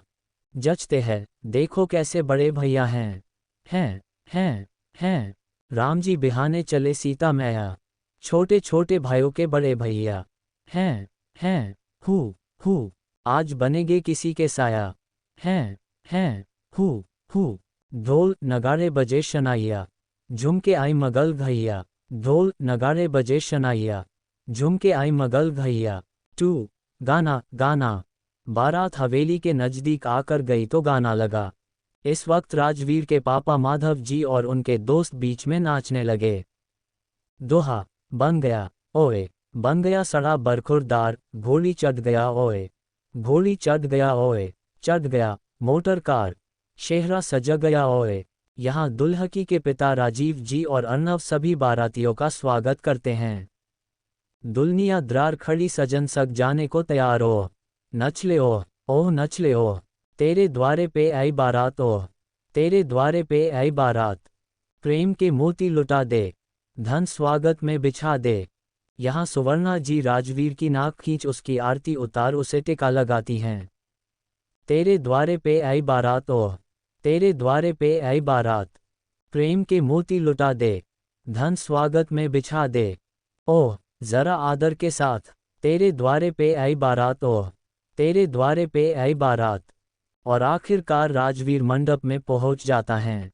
Chapter 15 hospital. एक के बाद एक शादी की सारी रस्में पूरी हो रही थीं। शिवन्या तो बस अपने ही ख्यालों में गुम थी कि तभी अचानक उसका ध्यान अर्णव पर जाता है। वो शिवन्या की तरफ ही देख रहा था।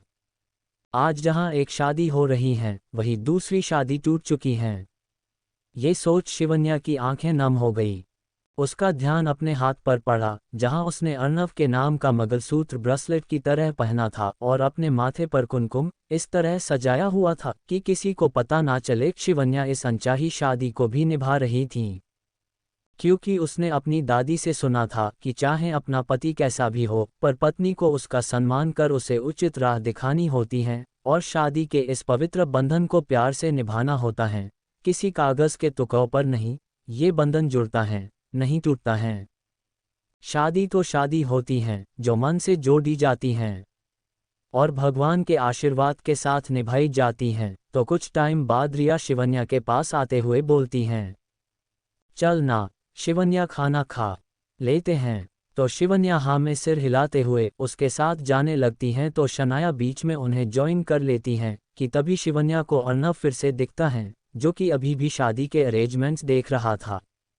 उसे देख शिवन्या के मन में अचानक से अजीब अजीब ख्याल आ रहे थे कि तभी उसे रेड लेजर की लाइट अर्णव के सीने पर अचानक से गायब हो रही होती हैं। तो शिवन्या को कुछ समझ नहीं आ रहा था कि वो इस सिचुएशन को कैसे संभाले। शिवन्या सीधे अर्णव के पास गई और उसने उसे अपनी बाहों में ले लिया। उसे ऐसे अचानक से अपनी बाहों में देख एक पल के लिए अर्णव को सुकून मिला, तो दूसरे ही पल उसने शिवन्या से कहा, ये तुम क्या कर रही हो, छोड़ो हमें। तो कुछ ही पल में उसकी आंखें बड़ी होकर अर्नव के पीठ से उसकी पकड़ छूटने लगती हैं और शिवन्या नीचे गिरने ही वाली होती हैं कि तभी अर्नव उसे संभाल लेता है। तभी अर्नव के हाथों को कुछ गिला गिला महसूस होता है, तो अर्नव देखता है कि वो और कुछ नहीं बल्कि खून है जो गोली लगने की वजह से निकल रहा होता है। तब तक शिवन्या ने अपनी आंखें बंद कर ली थीं, तो अर्नव उसके गाल पर थपथपाते हुए बोलता है, आंखें खोलो शिवन्या। शिवन्या, शिवन्या आंखें खोलो, शिवन्या आंखें खोलो। अर्नव की आवाज़ सुन सब उसके पास भागते हुए आए और सब ने मिलकर शिवन्या को हॉस्पिटल पहुंचाने में अर्नव की मदद की। तो कुछ ही देर में शिवन्या को आईसीयू में भेजा गया। थोड़ी ही देर में डॉक्टर ने अर्नव से कहा, छोटे ठाकुर, पेशेंट की हालत बड़ी क्रिटिकल है, तो हमें उनके परिवार के सदस्य की परमिशन चाहिए। तो राजवीर ने डॉक्टर की बात सुन उनसे कहा, मतलब आप शिवन्या की हार्ट बीट शुरू करने के लिए उन्हें शॉक देने वाले हैं। उसकी बात सुन डॉक्टर ने हाँ में अपना सिर हिलाया, तो राजवीर खुद एक डॉक्टर होकर नीचे बैठ गया। सुवर्णा जी ने राजवीर की हालत देखते हुए उनसे कहा, पर अंजलि जी तो इस वक्त होश में नहीं हैं और उनके परिवार का कोई भी सदस्य आपको ये परमिशन नहीं दे पाएगा। तो डॉक्टर के हाथ से फॉर्म लेकर हस्बैंड के कॉलम में साइन करते हुए कहा, आप जाए और उनकी ट्रीटमेंट शुरू कर दीजिए। अर्नव की साइन देख थोड़ी देर के लिए तो डॉक्टर भी हैरान थे, क्योंकि रतनगढ़ में सबको पता था कि चाहे जो हो जाए पर छोटे ठाकुर कभी भी किसी लड़की के लिए अपनी इमेज दाव पर नहीं लगने देते। और कुछ ही देर बाद डॉक्टर्स ने शिवन्या को शॉक देना शुरू किया और ये सब अर्नव अपनी आंखों से देख रहा था। फिर भी वो शांत था, क्योंकि उसे पता था कि उसका इस समय ट्रोग रहकर सबको संभालना कितना जरूरी था, और कहीं ना कहीं उसका दिल उससे कह रहा था कि शिवन्या को कुछ नहीं होगा। कुछ ही देर में डॉक्टर्स ने बाहर आकर सबसे कहा कि पेशेंट अब पूरी तरह से खतरे से बाहर हैं, बस कुछ ही घंटों में उन्हें होश आ जाएगा। ये बात सुन राधाजी का रोना बंद हुआ, तो राजवीर खड़ा होकर सीधे अर्नव के गले लग गया। तो वही माधव जी ने राधाजी से कहा, अब हमें चलना चाहिए, विदाई की रस्म बाकी है और बहु आगृह प्रवेश भी तो करना होगा। माधव जी की ये बात सुन राधाजी राजवीर के पास जाकर बोलती हैं, चलो राज, हम कल फिर आएंगे और हॉस्पिटल में रात के समय सिर्फ एक ही फैमिली मेंबर रह सकता है, तो हम रिया से कह देंगे वो यहाँ रुक जाएगी। अब हॉस्पिटल में सिर्फ रिया और अर्नव रुके थे। रिया बस आई सी यू की ग्लास से शिवन्या को देख रही थी, क्योंकि इसी को भी अंदर जाने की परमिशन नहीं थी और अर्नव इधर उधर घूम रहा था। क्या जरूरत थी शिवन्या तुम्हें अपने आप पर गोली लेने की? क्यों तुम हर वक्त महान बनने की कोशिश करती हो? हाँ, कभी कभी सिर्फ अपने बारे में भी सोचना पड़ता है ना। तो क्यों उस खड़ूस की जान बचाने के लिए तूने अपनी जान दांव पर लगा दी? आखिर क्या रिश्ता है तेरा उसके साथ? शिवन्या, तुम्हें तो पता है कि मैं कितनी कमीनी हूँ, जो अपने स्वार्थ के सिवा कुछ नहीं करती, पर आज मैं तुम्हारे लिए इतनी रोई हूँ। तो अब तुम्हें जल्दी ठीक होना ही होगा मेरी जान। रिया शिवन्या की तरफ देख ये बोल रही थी। तो वहीं अर्नव अपने मन ही मन सोच रहा था, शिवन्या, हमारे और आपके बीच जो रिश्ता है वो सिर्फ हमें पता है। आप हमसे क्यों इतना प्यार करती हैं शिवन्या? और हमें ये भी पता है आप किसी को मुसीबत में नहीं देख सकती। ये सब सोचते हुए अर्नव ग्यास से शिवन्या को देख रहा था, तो उसे शिवन्या बेजान सी नजर आ रही थी। चैप्टर 16 हस्बैंड कौन है? सुबह का वक्त, हॉस्पिटल। सुबह के 8 बज रहे थे। अंजलि जी को होश आ चुका था। अर्नव, राजवीर, आकाश, सुवर्णा जी, राधा जी के साथ साथ रिया, प्रिया और अर्नव की दादी भी वहां मौजूद थीं। तो एक नर्स ने आते हुए सबसे कहा, यहाँ पेशेंट के हस्बैंड कौन हैं? उन्हें हमें ये पेशेंट का मंगलसूत्र देना था। नर्स के मुंह से ये सुन सबके होश उड़ गए, तो डॉक्टर साहब ने खुद आगे आकर अर्नव के हाथ में मंगलसूत्र रखकर कहा, ठाकुर साहब, आपने तो हमें अपनी शादी में भी नहीं बुलाया, क्या हम इतने पराए थे? और वो वहां से चले गए। तो दादी ने अर्नव के हाथ से शिवन्या का मंगलसूत्र लेकर कहा, तो अंजलि जी की प्यारी सी शिवन्या हमारी पोता बहू हैं, जिसने एक बार नहीं बार बार हमारे पोते की जान बचाई है। दादी की ये बात सुन राजवीर का तो खून खोल जाता है। वो सीधे अर्नव की कॉलर पकड़कर उससे गुस्से में कहता है, अर्नव, हमें सच सच बताए, ये सब क्या है? तो राधा जी दोनों के बीच में आकर राजवीर के हाथ से अर्नव का कॉलर छुड़ाते हुए कहती हैं, राज छोड़िए उन्हें। तो राजवीर अर्नव का कॉलर छोड़ देता है। राजवीर ने उसकी कॉलर पकड़ रखने की वजह से अर्नव खांसने लगता है और बस दादी के हाथ से शिवन्या का मंगलसूत्र लेकर वो वहां से चला जाता है। अर्नव के वहां से चले जाने के बाद सब दादी से पूछने लगते हैं, तो दादी उन्हें अर्नव और शिवन्या की इस सीक्रेट शादी के बारे में बता देती हैं। तो वही अंजलि जी को समझ नहीं आ रहा था कि वो इस बात पर खुश हो या दुखी, क्योंकि शिवन्या अभी भी वेंटिलेटर पर थी, वो अंदर ही अंदर घुटन महसूस कर रही थी। तो वही अर्नव बाहर जाकर किसी से फ़ोन पर बात करते हुए कहता है, कुछ पता चला या हम अपने तरीके से पता लगाया। तो दूसरी तरफ से आवाज़ आती है, जी सर आप यही आकर उनसे मिल ले तो अच्छा होगा। तो अर्नव तुरंत अपनी कार लेकर पुलिस थाने आ जाता है। तो एक पुलिस इंस्पेक्टर सल्यूट करते हुए कहते, सर आइए मेरे साथ। तो अर्नव उनके पीछे पीछे चला जाता है। शाम का वक्त हॉस्पिटल। डॉक्टर ने अब वेंटिलेटर निकाल पेशेंट से मिलने की परमिशन दे दी थी। शिवन्या की हालत अभी पहले से बेहतर थी, वो अब खुद से सांस ले आ रही थी और देख पा रही थी। सब ने आराम से शिवन्या को देख लिया था और राजवीर, प्रिया और आकाश को छोड़कर सब ठाकुर हवेली में फ्रेश होने के लिए निकल गए थे।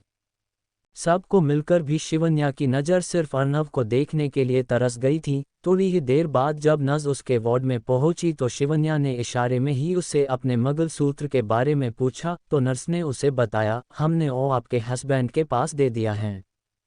नर्स के मुंह से ये बात सुन तो जैसे शिवन्या की सांसें रुक गई और वो हांफने लगी। तो नर्स ने फिर से उसे वेंटिलेटर ज्वाइन कर दिया। शिवन्या अब अपने मन ही मन सोचने लगी, कई सबको हमारी शादी के बारे में पता तो नहीं चल गया और इसी बात पर नाराज होकर अर्नव यहाँ से चले गए हो। मैं सबसे सकती हूँ पर उनकी नाराजगी नहीं बर्दाश्त कर सकती। ये सब सोचते हुए उसकी आंखों से आंसू बहने लगे और आंखें पूरी तरह से लाल हो गई। बार बार वही बातें सोच शिवन्या अब पानी से निकाली गई मछली की तरह तड़प रही थी। तो वहीं खड़ी नर्स ने जल्दी से डॉक्टर को बुलाते हुए कहा, डॉक्टर डॉक्टर जल्दी आइए। तो डॉक्टर ने अंदर जाकर शिवन्या को चेक किया और बाहर आकर सबसे आई एम सॉरी कहकर चले गए। डॉक्टर का कहना अर्नव ने आते ही सुन लिया था तो वो सीधे आए। सी यू में चला जाता है। वो अपने एक हाथ से शिवन्या का हाथ पकड़ता है तो दूसरे हाथ में गन लेकर सीधा अपने सीने पर टिकाकर घुटनों के बल बैठ जाता है और शिवन्या के कान में धीरे से कहता है, अगर आज आप हमें छोड़कर गई तो हम भी ये 6 की 6 गोलियां अपने सीने में उतार लेंगे। समझ गई आप, बहुत रोक लिया हमने अपने आप को पर अब हमसे ये सब नहीं सहा जा रहा है। ये कहते वक्त अर्नव की आंखों से आंसू निकलकर शिवन्या की हाथ पर गिर रहे थे। वो आगे बोलते हुए कहता है, Shivanya please come back, Shivanya come back. कि तभी अचानक शिवन्या के हाथ की हरकत उसे महसूस होती है। तो अर्नव शिवन्या को वन साइड हक कर शिवन्या के माथे पर अपने होंठ रखता है तो शिवन्या तुरंत उसे महसूस कर लेती है और फिर अर्नव बाहर आ जाता है। अर्नव के बाहर आते ही आकाश और प्रिया अपनी हंसी कंट्रोल करने की कोशिश कर रहे थे पर फिर भी अर्नव के तेज कानों से वो आवाज़ नहीं छिपी। तो अर्नव बोल पड़ा, आप दोनों को आखिर किस बात की गुदगुदी हो रही है। तो उस पर राजवीर बोल पड़ता है, आज इन्होंने अर्नव सिंह ठाकुर को किसी के लिए रोते हुए जो देखा है। तो अर्नव तुरंत राजवीर के गले लगकर कहता है, हमें माफ़ कर दो राज, हम ये सब आपसे नहीं छिपाना चाहते थे पर हालत ऐसे थे कि बात भी नहीं सके। ये सुन राजवीर कहता है, हम तो आप पर गुस्सा होना चाहते थे पर हो नहीं पाए, इसीलिए ये छोटा सा फ्राक किया। तो अर्नव ने सबकी तरफ देखते हुए कहा, मतलब शिवन्या जी पहले से ठीक थीं। चैप्टर 17 आदत है, एक दिन में थोड़ी छूटेगी। राजवीर थोड़ा सा सीरियस होकर कहता है, ठीक मतलब पूरी तरह से नहीं, अभी उन्हें फिर से वेंटिलेटर लगाया गया है। तो प्रिया अर्नव के कंधे पर हाथ रख कहती है, दादा आपको पता है मासी माँ अंजलि जी ने आपके इस रिश्ते से साफ इनकार कर दिया, वो आपकी शादी को शादी नहीं मानती। ये बोलते हुए प्रिया रुक जाती है। प्रिया की बात आगे पूरी करते हुए आकाश बोलता है, और उन्होंने कहा कि भाभी के होश में आते ही वो उन्हें यहाँ से ले जाएगी। इस पर अर्नव कहता है, उसमें इतनी परेशान होने की क्या ज़रूरत है। तो वहीं अंजलि जी राधा जी के साथ आते हुए कहती है, आप बहुत समझदार है अर्नव, तो हम आपसे विनती करना चाहेंगे कि कृपया कर आप हमारी बच्ची से आज के बाद कभी न मिले। अगर आपने ऐसा किया तो हम तुरंत उनकी दूसरी शादी कर देंगे।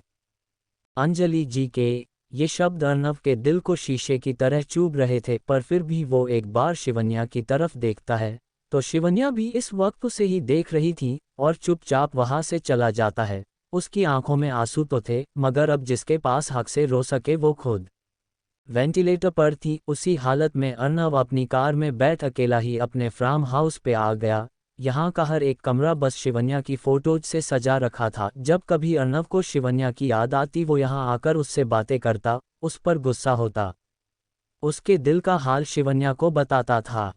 पर आज उसके दिल का ये फॉर्मूला भी काम नहीं कर रहा था, तो उसने अपने जेब से सिगरेट निकाल कर जलाए और उसका एक कस लेने लगा कि तभी उसे शिवन्या की आवाज़ सुनाई दी जो उससे बोल रही थी, सिगरेट पीना हमारी सेहत के लिए अच्छा नहीं होता। मैं आपसे ये नहीं कहूँगी कि आप सिगरेट पीना बंद कर दे। विस्मयादिबोधक चिन्ह। आदत है, एक दिन में थोड़ी ही छूटेगी पर धीरे धीरे कंट्रोल कर छोड़ दीजिएगा। ये शब्द जैसे ही अर्नव के कानों में गुजते हैं वैसे ही वो अपने हाथों से सिगरेट को मसलते हुए बोलता है, किसी ने सही कहा था, तुम बहुत मीठा बोलती हो। कुछ दिनों बाद शिवन्या को डिस्चार्ज मिल जाता है। अंजलि जी उसे अपने साथ घर ले आई थी, पर पिछले कुछ दिनों में अर्नव उसे एक बार भी मिलने नहीं आया था और अब तो वो खुद से चल फिर भी पा रही थी। अर्नव के ना मिलने की वजह किसी ने भी अभी तक शिवन्या को नहीं बताई थी, पर फिर भी शिवन्या को पता था कि कुछ ना कुछ वजह जरूर होगी जिसकी वजह से अर्नव उसे नहीं मिल रहा। रावत हाउस। रात के 10 बज चुके थे। शिवन्या अपने बेडरूम में अकेली ही खुद से बातें कर इधर उधर घूम रही थी। क्यों ये सब लड़के एक जैसे होते हैं कान्हा जी? जिन्हें बस खुद के सिवा और किसी की परवाह नहीं होती। क्यों आपके जैसा कोई नहीं होता? मुझे लगा था वो एकदम अलग हो गए, और वो सबसे अलग है, पर उन्हें मेरे अलावा सबकी परवाह है। क्या मैं उन्हें पसंद नहीं, या मुझसे मिलकर वो गंजे हो जाएंगे? ये बोलते वक्त शिवन्या की आंखों से आंसू आ रहे थे। वो इसे ही अपने बेड पर लेट जाती है और सोने की कोशिश करती है, पर उसे नींद ही नहीं आ रही थी, क्योंकि रोज दिन भर उसे सिर्फ आराम ही करना पड़ता था। कभी रात को वो अपना मोबाइल चलाती या फिर लास्ट सेमेस्टर स्टडी कंप्लीट करती, पर आज उसका मन ना पढ़ाई में लग रहा था न मोबाइल में। तो शिवन्या का ध्यान अचानक से अपनी खाने की प्लेट पर पड़ता है। आज उसने नहीं खाना खाया था और नहीं अपनी दवाई ली थी। काश मैं अभी आश्रम में होती तो शायद मेरा ये खाना मैं किसी को दे पाती। उसके पास रखी मेडिसिन्स लेकर शिवन्या बालकनी में आ जाती है। वो जैसे ही अपनी मेडिसिन्स नीचे फेंकने वाली होती है कि तभी पीछे से आकर उसका हाथ पकड़ लेता है। तो शिवन्या तुरंत घबराते हुए अपना हाथ नीचे लेकर आंखें कसके बंद कर लेती है। ये सिलसिला कब से चल रहा है? वो शिवन्या इसके आगे कुछ नहीं बोल पाती, तो वो इंसान उससे एक बार फिर पूछता है, हमने आपसे कुछ पूछा है? तो शिवन्या जल्दी से अपनी आंखें खोलते हुए बता देती है, 2 दिन से भाई, मतलब हम सब आपके लिए परेशान है कि आप जल्दी से ठीक हो जाए, और आप अपनी मेडिसिन ऐसे फेंक देती है। हाँ, आप प्लस जाइए यहाँ से, हमें अब आपका कोई भी लेक्चर नहीं सुनना।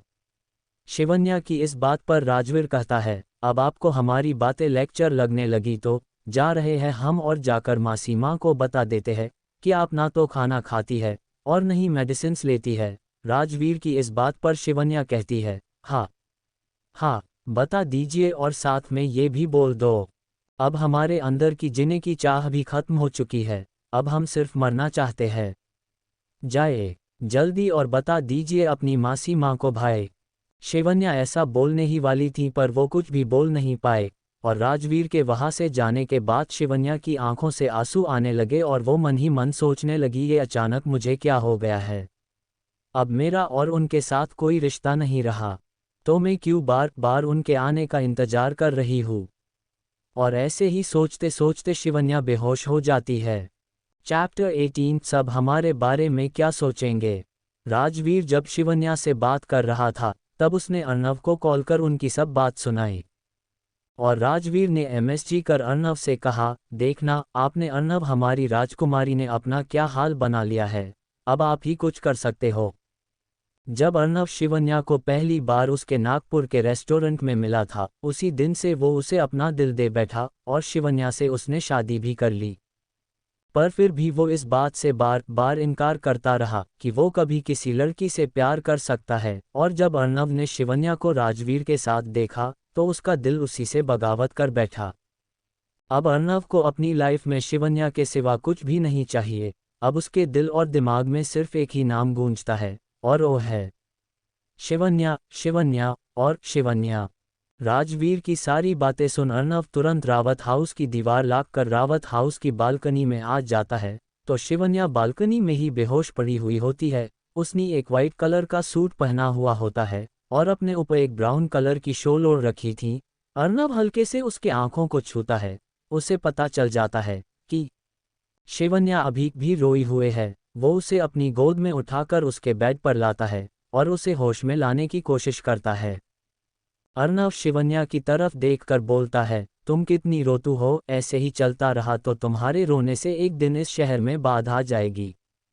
और कुछ ही देर बाद शिवन्या को होश भी आ जाता है, तो शिवन्या ऐसे अचानक अर्नव को अपने सामने देख चिल्लाने ही वाली होती है कि तभी अर्नव अपने एक हाथ से शिवन्या का मुंह कवर कर लेता है कि तभी शिवन्या अपनी धीमी आवाज में कहती है, आप इस वक्त यहाँ किसी ने देख लिया तो सब हमारे बारे में क्या सोचे गे। अच्छा यही होगा, पर यहाँ से कि तभी शिवन्या की सांसें अटक जाती है और वो कुछ नहीं बोल पाती।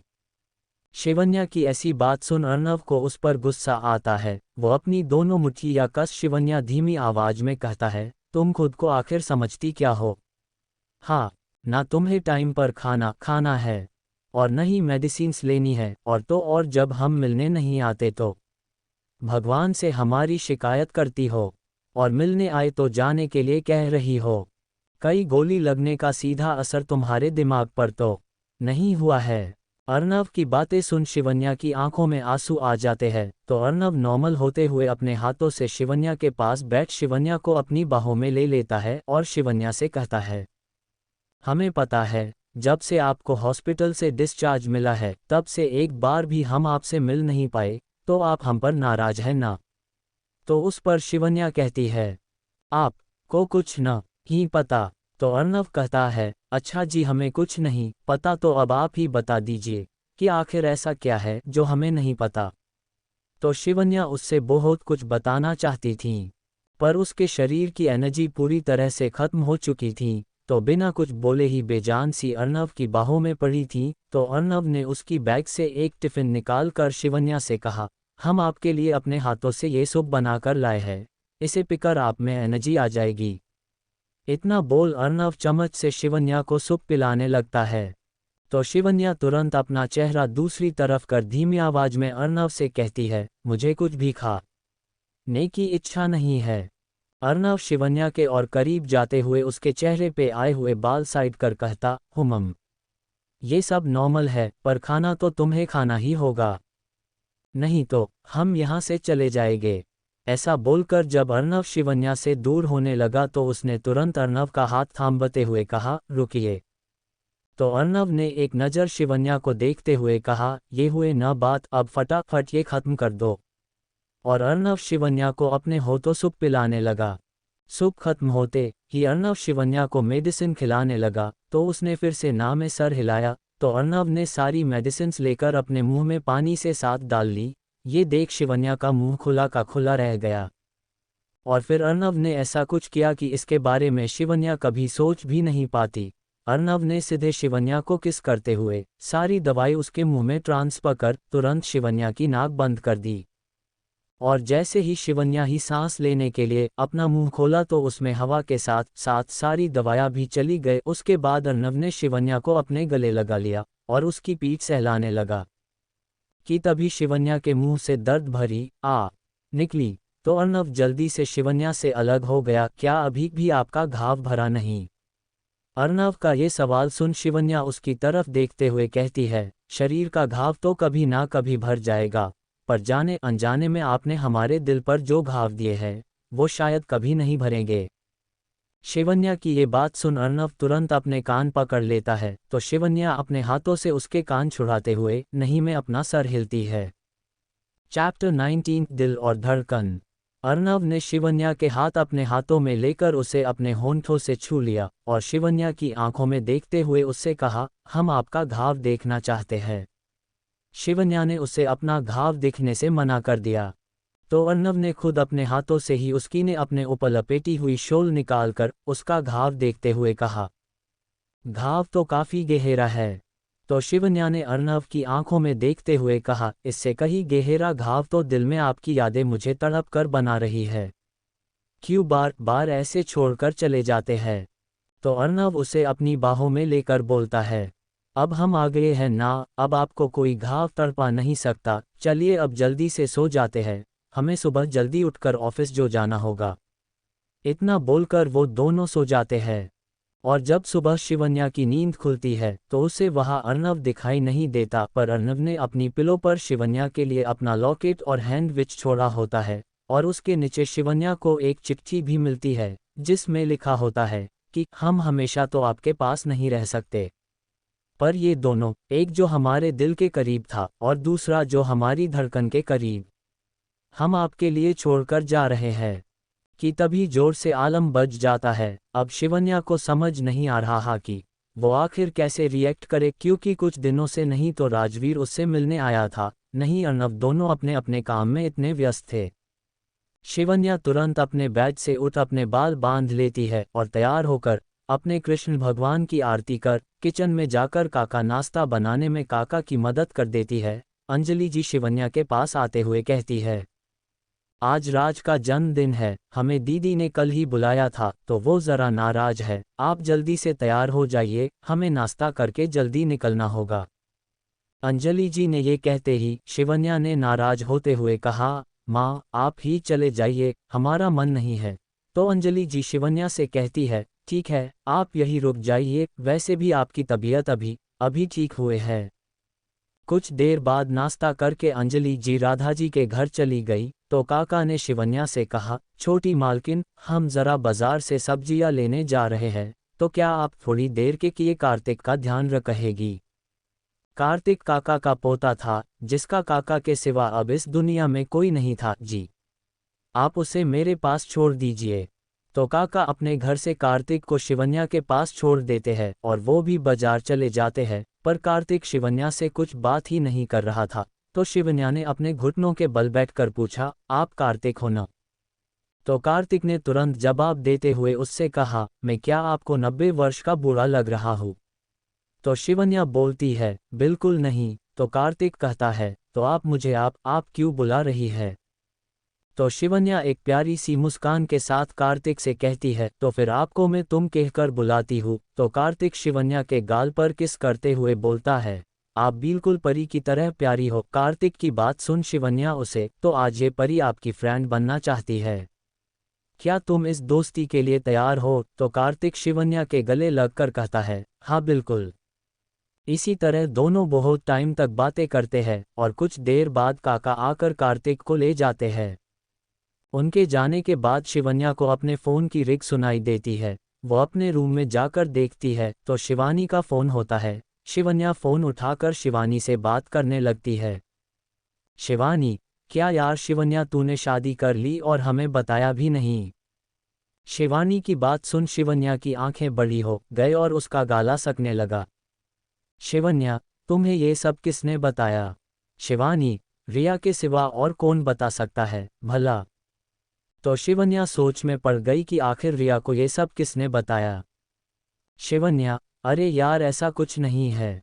शिवानी, वो सब छोड़, ये बता हमारे जीजू कैसे है? और शादी की पार्टी तो बनती है ना? तो शिवन्या उसके आगे कुछ बोल ही नहीं पाई तो उसके कॉल डिलीट कर दी। अब शिवन्या को एक के बाद एक फ़ोन आ रहे थे, कोई उसके पार्टी मांग रहा था तो कोई उससे उसकी फर्स्ट नाइट के बारे में पूछ रहा था। शिवन्या अब इन सब बातों से परेशान हो गई थी तो उसने सिद्धार्या को कॉल किया। शिवन्या, तू कहाँ है इस वक्त? रिया, रूम पर हो मेरी जान, बोलना क्या बात है? शिवन्या, तुम्हें मेरी शादी के बारे में किसने बताया? रिया, अरे हाँ, उस दिन अर्नव की दादी ने हॉस्पिटल में सबको बताया था। तो शिवन्या रोते हुए रिया से बोलती है। कोष्टक शिवन्या, तुझे पता था तो तूने सबको क्यों बताया? एक बार मुझसे बात करती। रिया, शिवन्या, मैंने किसी को कुछ नहीं बताया है। मुझे पता था कि तू अपनी मर्जी से इतना बड़ा डिसीजन नहीं ले सकती थी। तेरे कोई ना कोई मजबूरी रही होगी। पर उससे पहले ही शिवन्या अपना फ़ोन ऑफ कर बेड के पास बैठ रोने लगी कि और उसका गुजरा हुआ कल उसे याद आने लगा। चैप्टर 20। क्या तुम अभी रो रही थी? फ्लैशबैक। आपको तो पता ही है कि अर्नव और शिवन्या की ये कॉन्ट्रैक्ट मैरिज थी, और हमें ये भी पता है कि अर्नव ने ये शादी क्यों की थी। अब हम जानते हैं कि आखिर शिवन्या इस शादी के लिए राजी कैसे हुई।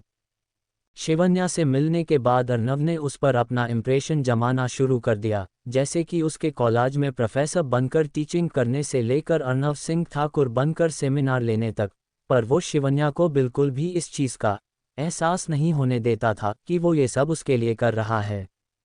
इसका अंजाम ये हुआ कि शिवन्या और रिया को छोड़ बाकी सब लड़कियां उस पर मरती थीं, पर अर्नव को तो सिर्फ शिवन्या चाहिए थी, तो उसने अपना प्लान भी आजमा कर आश्रम के कुछ बच्चों को अगवा कर लिया और शिवन्या को इस शादी के लिए मजबूर कर दिया, और शादी के बाद कॉन्ट्रैक्ट कर लिया कि किसी आदमी को अपने पास नहीं आने देंगे, और नहीं अर्नव कभी अर्नव से मिलेंगे। और अर्नव ने उसे धमकी देकर कहा था कि इसमें से अगर कुछ भी किया तो उसे सीधा जेल जाना पड़ सकता है, नहीं तो अर्नव कुछ ऐसा करेगा जिसके बारे में वो सोच भी नहीं सकती। Flashback and.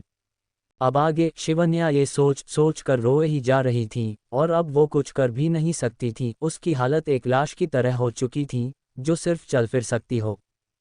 कि तभी अचानक उसे डोर बेल की आवाज़ आती है। शिवन्या अपने को संभालते हुए अपने आंसू साफ करते हुए नीचे जाकर गेट खोलती है।